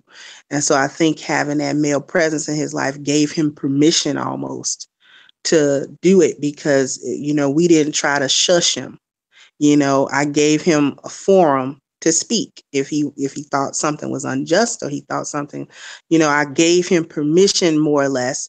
And my husband's actions towards him gave him permission to speak out and speak up and assert, in certain situations. And that's what he did. And he actually became rather aggressive, not in a bad way, but he just was. That his true nature came out. You know what I'm saying? But, I didn't react any differently just because. And other people was like, oh, good, you think he's going to be gay? And I would always frown at that. Like, just because he's shy or whatever, like, that doesn't necessarily mean anything to me because I'm thinking back to my childhood. They would have thought I was a boy or trying to be a boy. Somebody would have tried to give me some hormone shots or something. You know what I'm saying? If I was a kid nowadays, they'd have tried to give me some type of medicine in school and then they'd have convinced my mom that I was trying to be a boy, which is not the case. So I wouldn't have done anything differently. I agree, Kendra. I wouldn't do anything differently with my boys if I thought that one of them were giving classical signs of being gay. I wouldn't do anything differently because who you sleep with shouldn't have any bearings on the man you become insofar as how you choose to address the world with your masculinity. I think that we all too often see people confusing that. Now, granted, you do have people who feel they are born in the wrong body, and I believe them when they go get that sex change. They believe that, and I have nothing wrong with that because then we're talking about souls and other things, which goes into another topic. But then you have a subset of people who get their rocks off by acting like women or dressing like women or being, a caricature of what they believe women are because they sleep with other men. They feel like that gives them carte blanche to just act a damn fool. And those are the type of gay people who really kind of grind my gears a little bit. Like, why does it have to be all this? So all of a sudden now, because you like penis, you have to start acting like this. The two don't correlate to me because again, they're not showing and proving. I don't see you ending up the money to go get your penis chopped off. It's a game. You just like to act a goddamn fool and think because you say you homosexual now, it allows you to do so because anybody that says anything against it is homophobic. So I would choose to still raise my sons as men and hopefully they'll receive the messages that both my husband and I are trying to instill and go from there. If they do, to Kendra's point, you can't tell that really as a kid. And even some of the effeminate kids aren't even gay, but when they become gay, I'm going to still, if they do become gay, knock on wood, I'm still going to love them the same way I would if they weren't. I think that's another big issue that's happening in the gay community. I'm not a part of it, but I do hear the stories of people talking about how their families don't love or respect them or appreciate them or whatever. And it really affects who they are and how they interact with the world and some of the decisions they choose to make. And I'm talking about the unsafe ones, the ones where your family puts you out, so you prostituting yourself on the street because you have nowhere else to go type of decisions. I wouldn't definitely do that to my boys if they were to be gay. I wouldn't do that. I wouldn't raise them no different than I would if they weren't. That's it. Completely honest, I don't know how I would react. It would have to happen. I would have to see what I do when it happens. If it happens. That's all I have to say. Okay, well, the way that I see it is this, and again, I mean, I'm also coming from a personal experience perspective, so you know, we are just talking about gay. I know that, with like my parent, for example, um, this was not something that started coming out, in your older years. It's like, no, this is a child that, it's clearly your little boy who's walking around and saying, I'm a girl.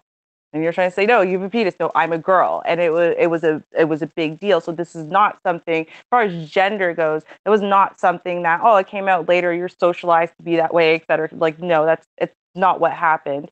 But, in the case of sexuality, I mean, uh, you know, I would not be concerned if my 6-year-old daughter or 6-year-old boy is going to sexually be attracted to anybody. I'm hoping they're never sexually attracted to anyone until like they're 35 and ready to get married.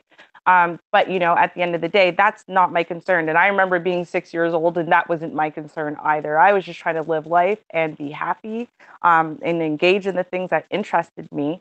And I think at the end of the day, what's important is for us to instill confidence and competence and unconditional positive regard for our children. That is to say that, this is not, when you say unconditional positive regard, that is to say that no matter what you do, I will love you anyway. No matter what you choose to dream or to go for in life, I'm going to love you anyway. Even if you make mistakes, even if you disappoint me or you lie to me or you hurt me in some way, I'm going to love you anyway because I'm going to look at that as a mistake and not part of who you are. I'm going to look at you, the person, and I'm going to always love you. I'm always going to think the world of you, and I'm going to maybe not like your choices and your decisions sometimes and whatever, and I might sometimes your choices might break my heart because I know that they're going to make your life harder, but I will love you anyway.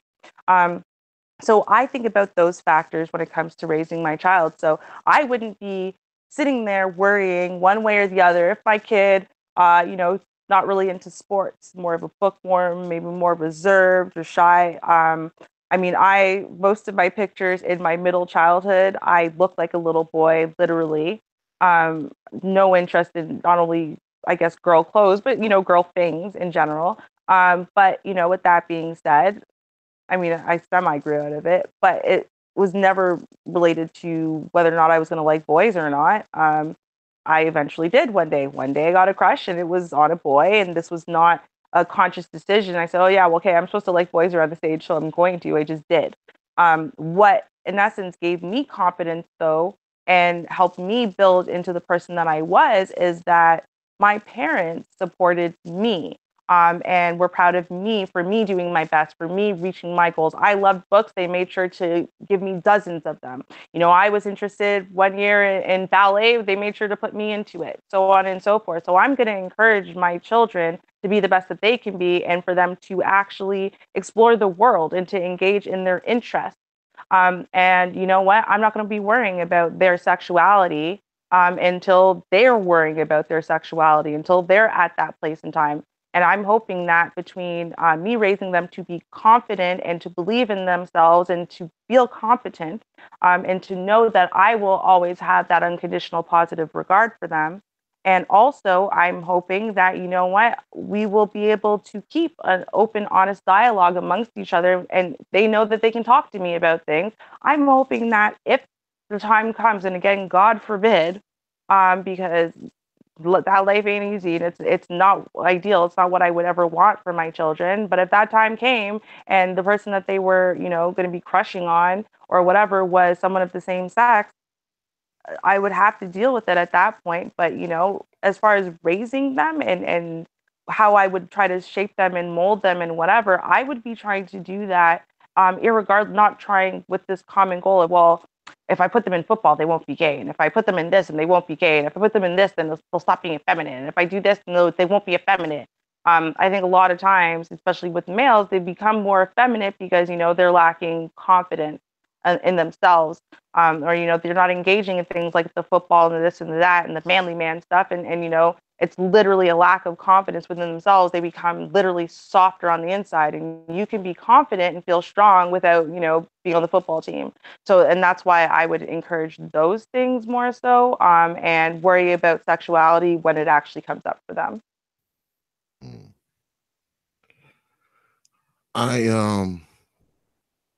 I've seen at times where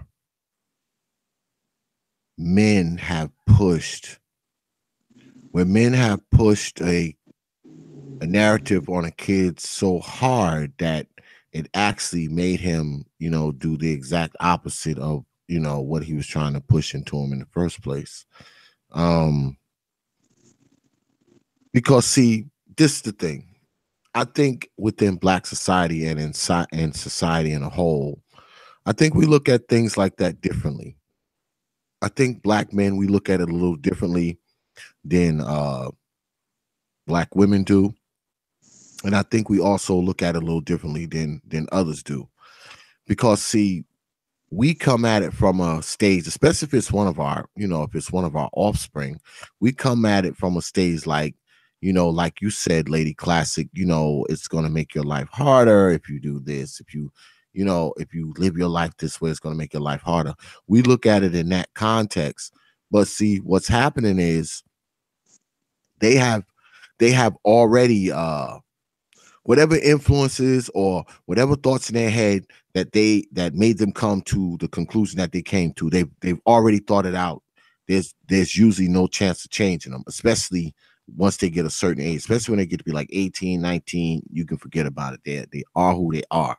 So when you have those kind of influences and they influence a population for so long, I mean, that's I think a lot of the things that happen to us, I think the propaganda and the things that are pushed down a lot of our people's throats also play a big part, man, in how we do things, how we look at things, how we perceive things. I mean, probably not all of us, but I know a big chunk of us, way more than it should be. Way more than it should be is just bombarded.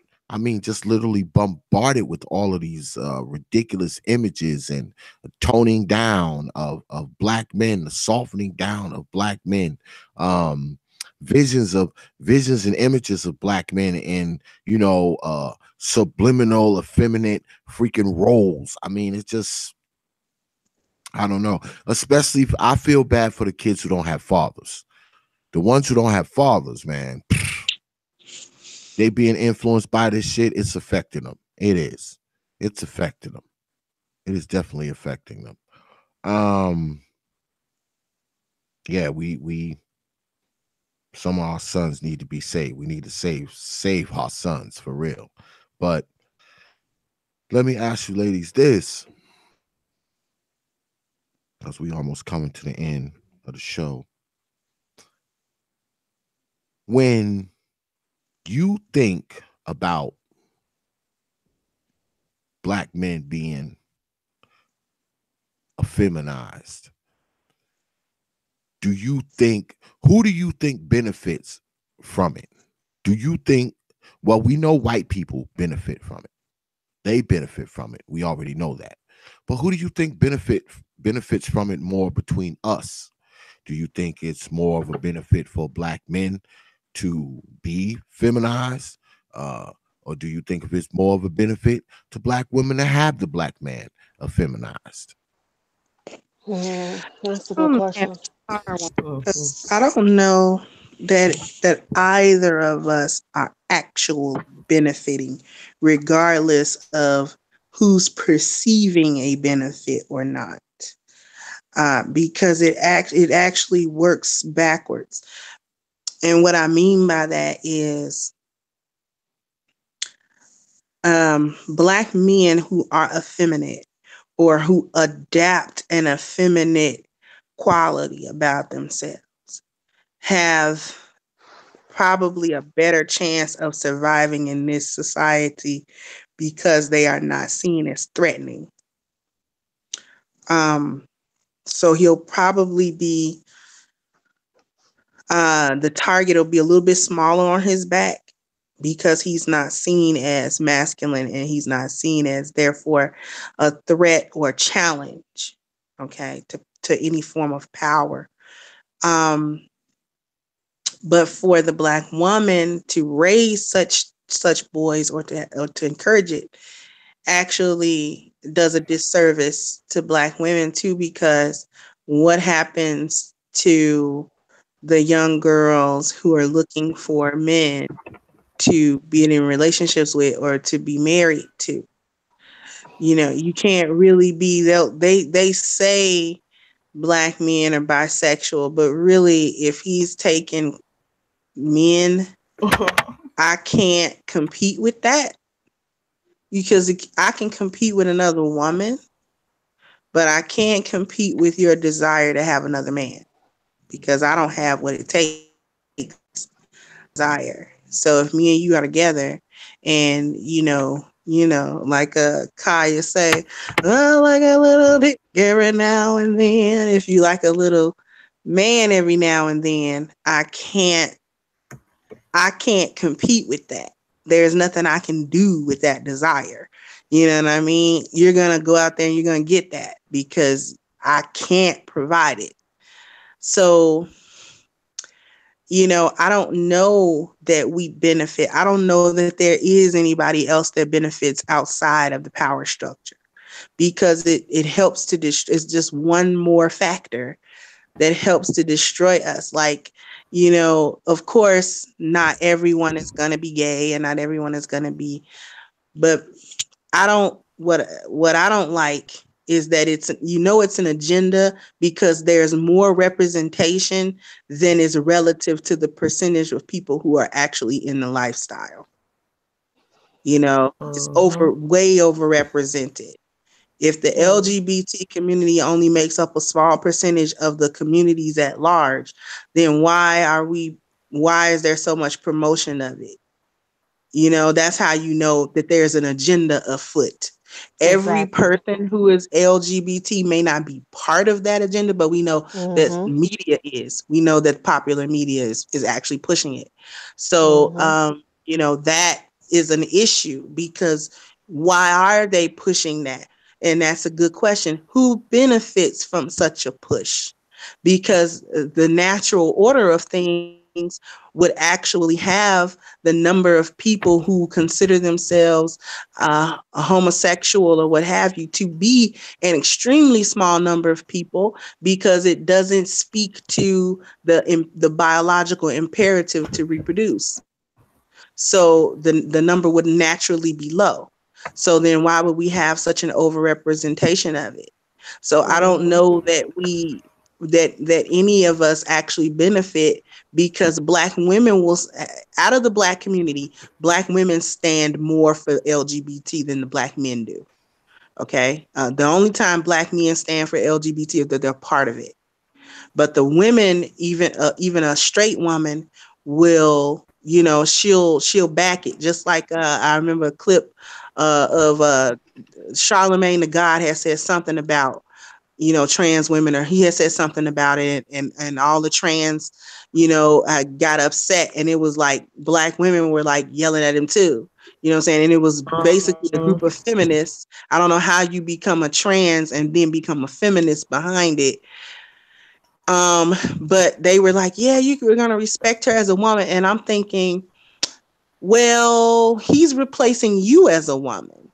So why do you want to stand for that? Because any man that identifies himself as a woman, and knowing that you actually could never be a woman, regardless of what your outside appearance is or what your mannerisms are, then as a natural born woman, I actually feel a little bit some type of way about that, because you're almost reducing my womanhood down to some mannerisms, a nice wig, some bundles, and like your makeup and your clothes, which womanhood is more than that, isn't it? Or is it? So, I don't know that we benefit at all from that. Only the white power structure benefits from that. I don't think we do at all. I agree with Kendra insofar as the men, how they benefit from it being less of perceived as less of a threat. And perhaps if being able to, if they use that, be able to parlay that into actual some real change, because they say once you get in, that's when you affect change. Do what you got to do to get in, but once you in, then you try to affect change. So perhaps, but the women, I asked myself the same question the other day. I was looking at T.S. Madison's show, The Queen's Court. I was looking at the new one, The Supreme Queen's Court, and this particular one, because she's trying out guest judges, I guess, she has Shakana on one side, and then she had Lil Mo on the other.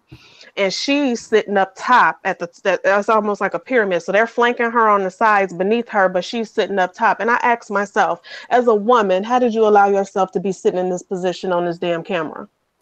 Because in my head, the first thing that jumped out at me, the imagery of it was as if you were putting this transgendered woman who is proud of her penis and everything else and still being a woman and all other shit she's into above your own self as real women.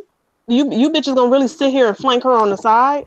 And I know I may have looked deep into it, but it's the same question you're asking. How do you benefit from that as a woman? But there are some women who think they do because all they can see is their own personal agenda, not the agenda of their gender, but the agenda of themselves, which to me is what a lot of what feminism was born out of. They say it was for our gender, but no, it was an individualistic type thing that you wanted to further in order to do whatever you saw fit for yourself. Be damn the rest of our race and everything else that we've had to endure since its onset. We don't benefit at all. You don't benefit at all. If you get rid of the men, we might as well get rid of, life as we know it is Black America. You don't benefit at all. But I know it's going to be a set of people, of women, that's going to feel as if they do because they're in this world asshole backwards. They, if we feminize them, then I knock them out the way and now I can be the man, because that's essentially what you're saying. Right? If it's even necessary to try to do away with your men, it has to be some benefit to you somewhere, right? So that's the only thing that I could think of. But to your point, this is a damn good question, because I'm sitting here watching this and I'm thinking that I said the exact same thing. How do y'all benefit from this? How do you Black women flanking a transgendered woman as she's sitting on top of a pedestal benefit you? It doesn't. I can't even pull an answer out my ass to make it seem like it does. It doesn't. Well, to me, it seems like a lot of these, like in terms of Black people, it's really just shallow, stupid benefits that they get. Like, as for the men who want to be feminine, the benefit they get is sexual access. And, because they're hooked up with such a well-organized group, such as the LGBT community, they can have sex with whoever they want without being judged. And if somebody says something against it, of course, they're going to run that person off the internet. They're going to make that person, do a public apology, go on all different types of media tours, whatever you call it. I'm sorry, I didn't mean to say such hateful things towards the gay community, even if it's like not even something super bad. And then as for the women, I think a lot of Black women like to have effeminate Black men around them because they seem like they'd be easier to control rather than a man who is, I guess, masculine, because a man who's masculine isn't going to take a lot of bullshit, but a man who's feminine will engage in the bullshit with her. So, but those are just really stupid benefits when you think about it. Like, to me, it just all goes back to hedonism and just, the constant escapism that Black people like to engage in. We don't like to be serious for nothing. So that's my take on it. Well, my take on it at the end of the day, and I think it's consensus here, is that I think the only person who really benefits from the emasculation or the feminization of Black males is the white power structure in general, white people in general, overall. There's absolutely zero benefit that I can see on any level that having Black males lose their power in any format is going to benefit our communities, our businesses, our families, our children, even the aspirations of our children. I mean, in essence, which I've been saying is that, when you look at the fight feminism has, at the end of the day, when your fight becomes to, in essence, due to males, what you felt as a woman was being done to you, then at this point, you've now lost perspective because if women did not get to be people just because they're women and so they're different than men, then at the end of the day, what you're trying to fight now for is for men to not be men. So you want to take something away from them to try to give yourself power. That is literally being a hypocrite because that's exactly what was happening. Well, you know what? Let's make the men even more powerful, make sure women don't have rights and this and that, and they don't get to have the power that a woman could have. And, at the end of the day, society is so messy on so many levels that, we can lose perspective at the end of the day as to, well, what's really holding us down? What's really keeping us back? Why are these things really in place? And we can blame the individuals at our level. We are at the bottom of the pyramid. There's a trickle down effect. It starts at the top and it comes down to us. We are living it. We are experiencing it. Sure, we could propagate it, but we're not causing it. And even the idiots that we're watching do it, from Black Lives Matter to feminism, we can blame them, but they're not at the top. They're not. And that's where we need to realize we need to stop, again, fighting against each other. And we need to realize that there's a lot of shit coming from the top, trickling down to us, that is literally there to make sure that we stay in dysfunction, to make sure that we fall into dysfunction if we never started there, to make sure that we die off if we've started somewhere above dysfunction, if we're going to continue to thrive, to make sure our money disappears, to make sure that we never own anything, to make sure that we there's so many things that are set up ultimately to, harm and take away from the segment of our population that is actually growing and bettering themselves and the community and whatever. There's literally powers to be that are trying to one way or the other. And again, some little sly slick shit take that away. And, we can propagate that. We can certainly make that worse. We can certainly buy into it, which we don't have to. And many people are choosing not to. You've got women up here who have chosen not to. But, at the end of the day, we've got to realize that when you stop and you think about it, and the only people who are really benefiting are the white people and the white power structure, sometimes you got to stop and realize that, what you're fighting is not each other. We've got to kind of stop fighting each other on this one, stop and recognize that what women want, which is men to be men and to, to take care of them and to have their man connect to her woman and so on and so forth, men want that too. So at the end of the day, no matter how we're coming from it and whatever angles we're coming from it, at the end of the day, men and women in our community right now do want the same thing. So we need to stop fighting about what we think the causes and problems are and whatever, especially on this teeny tiny little level, which is irrelevant. We need to start realizing that who benefits if we stay in this dysfunction? Oh, wait, white people? White people probably did it. The power structure probably did it.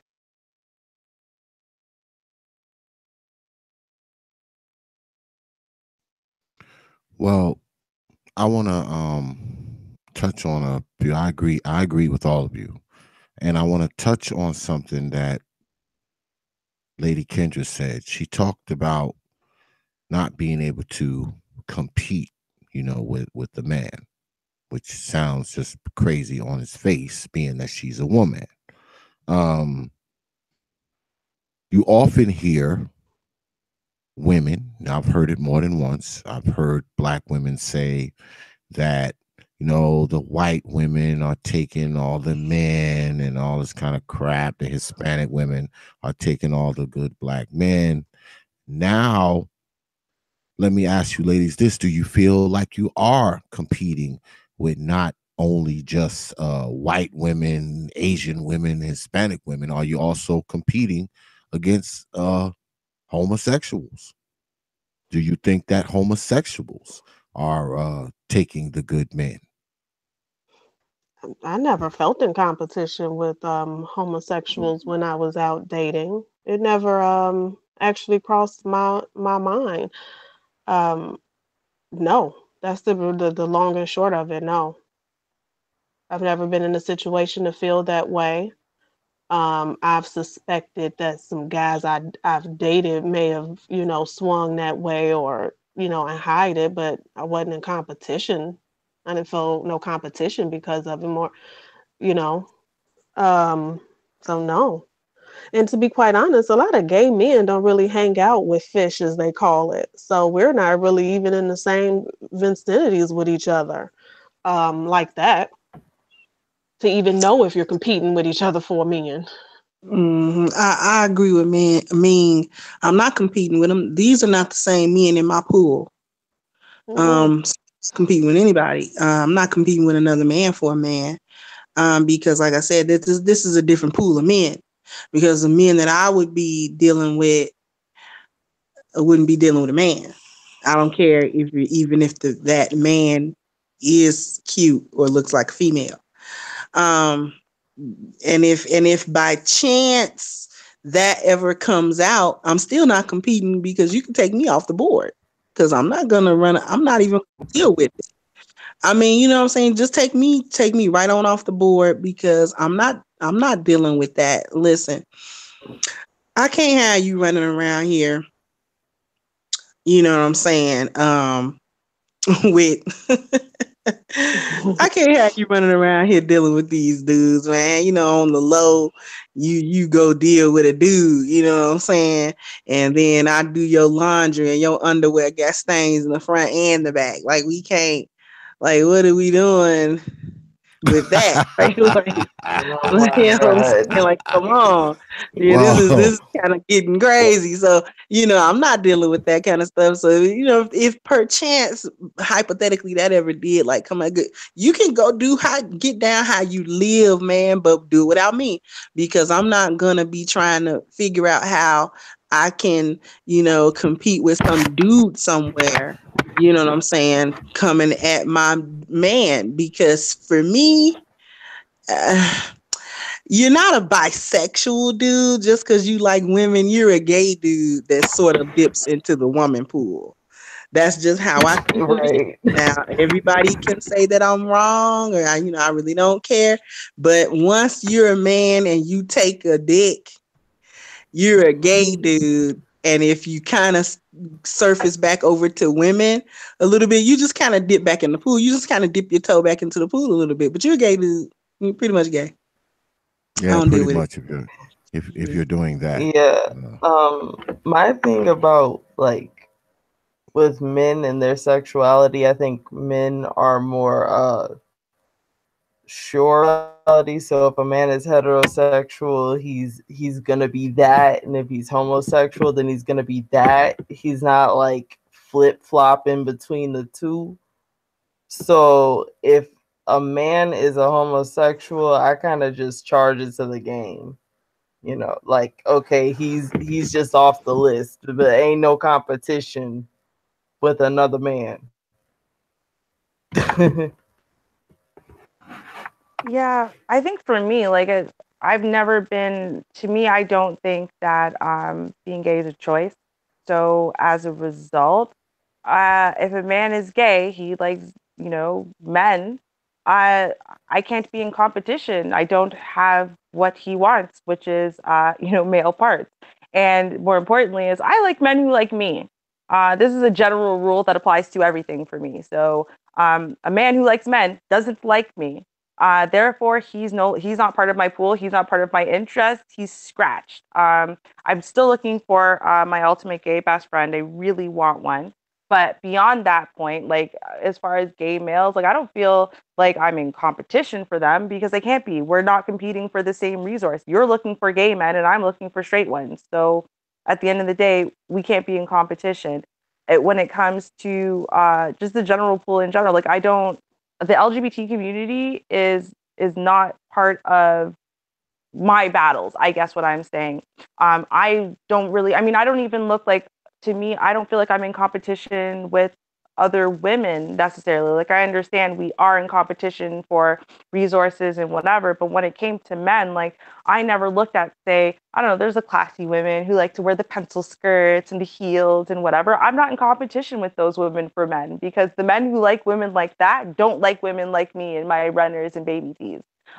So I'm in competition with other women who dress like me and look like me. I'm not in competition with the women who say are dark skinned, because the men who like dark skinned women and don't like light skinned women, I can't get those men. They're not interested in me. I got to be interested. The men who are interested in, light skinned girls and baby tees and jeans, those are the guys I'm in competition for.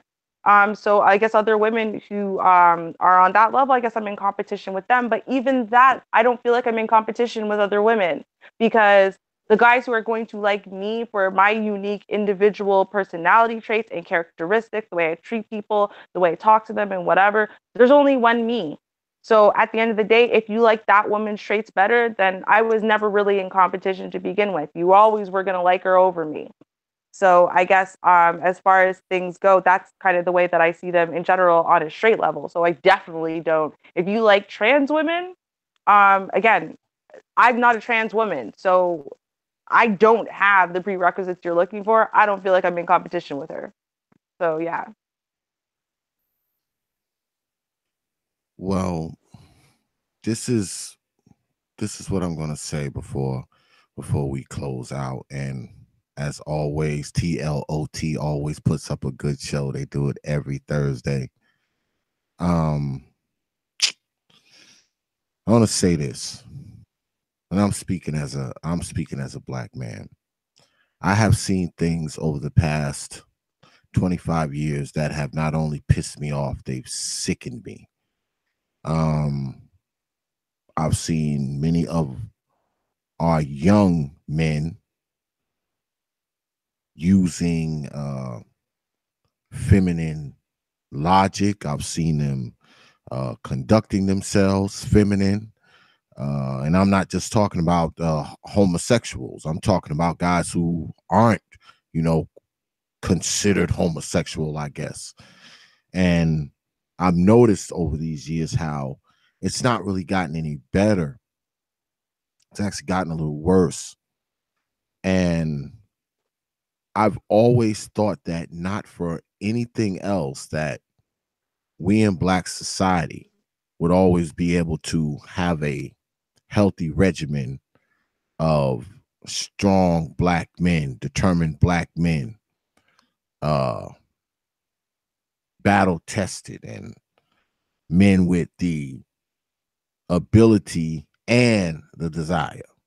That's what I always thought would happen. And to see the way things are now is kind of disheartening. It's not disheartening because of the people and the life choices. It's disheartening for the way it has been. It's kind of infiltrated. It's kind of infiltrated Black society. And I think it's weakened Black society somewhat. Not that I think Black society is weak, but I think things like this weaken us, especially when you talk about weakening the men. Because when you weaken the men, what has to happen? The women have to become empowered, because the men don't have any power. Therefore, the women have to become empowered. And I think it's all a cascade. It's a cascade to this plan set in motion, this conspiracy, if you will. And it sets all that in motion, because if you look at Black society now, Black society is and has been for quite some time a matriarchal sort of society in most cases. Not in all cases, but in most cases, the societies are matriarchal. So I think that's by design. I mean, maybe I'm wrong, but I think it's by design. And I think that this country will continue to try to emasculate and feminize the black man, and they will also try to recruit the black woman to help them do it. Now, first of all, I want to thank everybody for showing up tonight. My mods always there, always doing what they supposed to do. Everybody with the lit up blue letters, always doing what they're supposed to do, always showing up no matter what. I want to thank everybody else in the chat room who's watching and participating. I also want to thank my donors. I got a few donations tonight. Let me look. Yeah, I'm looking up there. I got quite a few. I'm not gonna go through them tonight, folks. I'm not. I'm gonna, when I get off of air, I'm gonna walk my dog and I'm gonna come in here and go to bed. But I will go through them tomorrow. Like I always say, I know y'all get tired of me saying this, but I'm gonna say it again anyway. Whenever you hit me off with a donation, I'll make sure I send you a personal email, thanking you and probably talking a little shit to you at the same time, because I want you to know that you are appreciated by TPOT, and your money will be recycled and put into the TPOT machine. You have my word on that. Once again, I'd like to thank T.L.O.T, the unicorn, for always laying down a good Thursdays. These Thursdays, man, be informative. I actually learn stuff, but that's what this is about. I mean, that's why my moniker has always been open your mind. I'm not just telling y'all to do it. I'm doing it too. When I say that, I'm saying it to myself as well.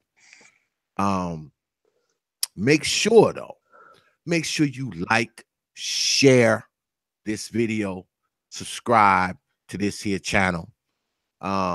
Make sure you if you're feeling generous, go ahead and drop some coins in that bucket right there to the right of your screen. I want to get y'all to please stop going to the Prophet of Thought series on Facebook. If you go to the Prophet of Thought series on Facebook, go to the fan group page. That other page was supposed to be taken down. They told me it would be taken down, and somehow it's still up. Go to Prophet. Leave off the Prophet of Thought series at Facebook. It's a community page. It's not a personal page. It's a community page. The community page is TPOT Bandwagon, and the fan group page is the Prophet of Thought series on Facebook. So if you want to join up with the group, go to the Prophet of Thought series fan group page to join up there. If you want to hit us up on the TPOT Bandwagon, send us a friend request. We'll click it right back. That's the personal page. And we have a community page, and that is Prophet of Thought series. Leave off the. That's the main page. There's quite a few subscribers there. You can stay abreast of what we doing, the Unicorn 4. Plus, there's links to the website, www.don'teventryi.wikifoundry.com. That's www.don'teventryi.wikifoundry.com. And if you go there, you can actually see, and read, how the Prophet of Thought series got started, what our mission is. And also, if you go there now, who else you'll see there? You'll see the Unicorn 4 there too. Like I said the other night, I'm building on the site. So if you stop by the site, every time you stop by, every couple of days, it's going to look different. I'm getting to work. I'm actually building the Unicorn 4's pages so they can manage it, and they'll have links to their content. I'm building on that too. You'll be able to go there and, whatever bios and pictures they want to put in there, you'll be able to see that. But if you go there now, you will see them. They are there. So, I'm not lying. Yeah. Also, make sure you hit us up on WhatsApp and Instagram. That's Prophet of Thought on Instagram. And we have a Twitter as well. You know that one I'm always threatening you to come in your sleep about. It's at TPOT Media. That's at TPOT Media on Twitter. You follow us. We make sure you get a follow back. Once again, I'd like to thank the Unicorn 4 for putting down a good show tonight.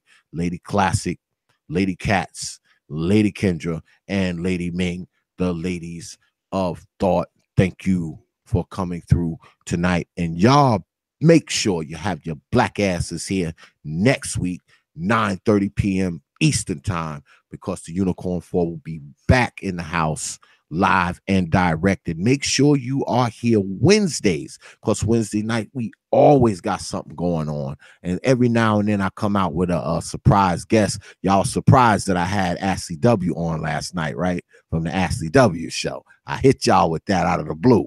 So look forward to some more of that, and like I said, stop by the website and check out the Unicorn 4 there.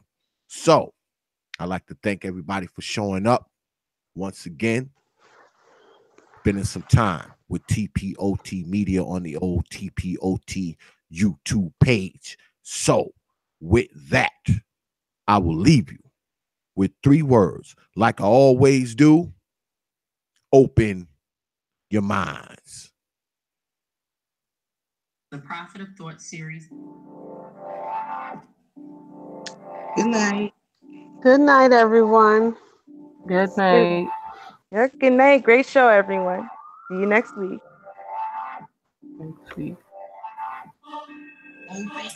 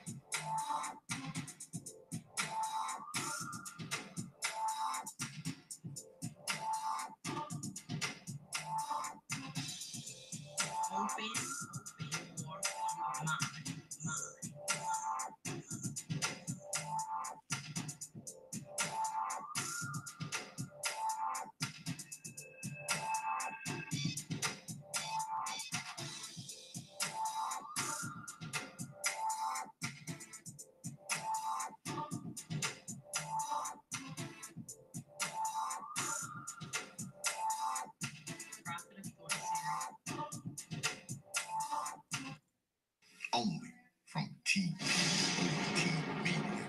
Open your minds.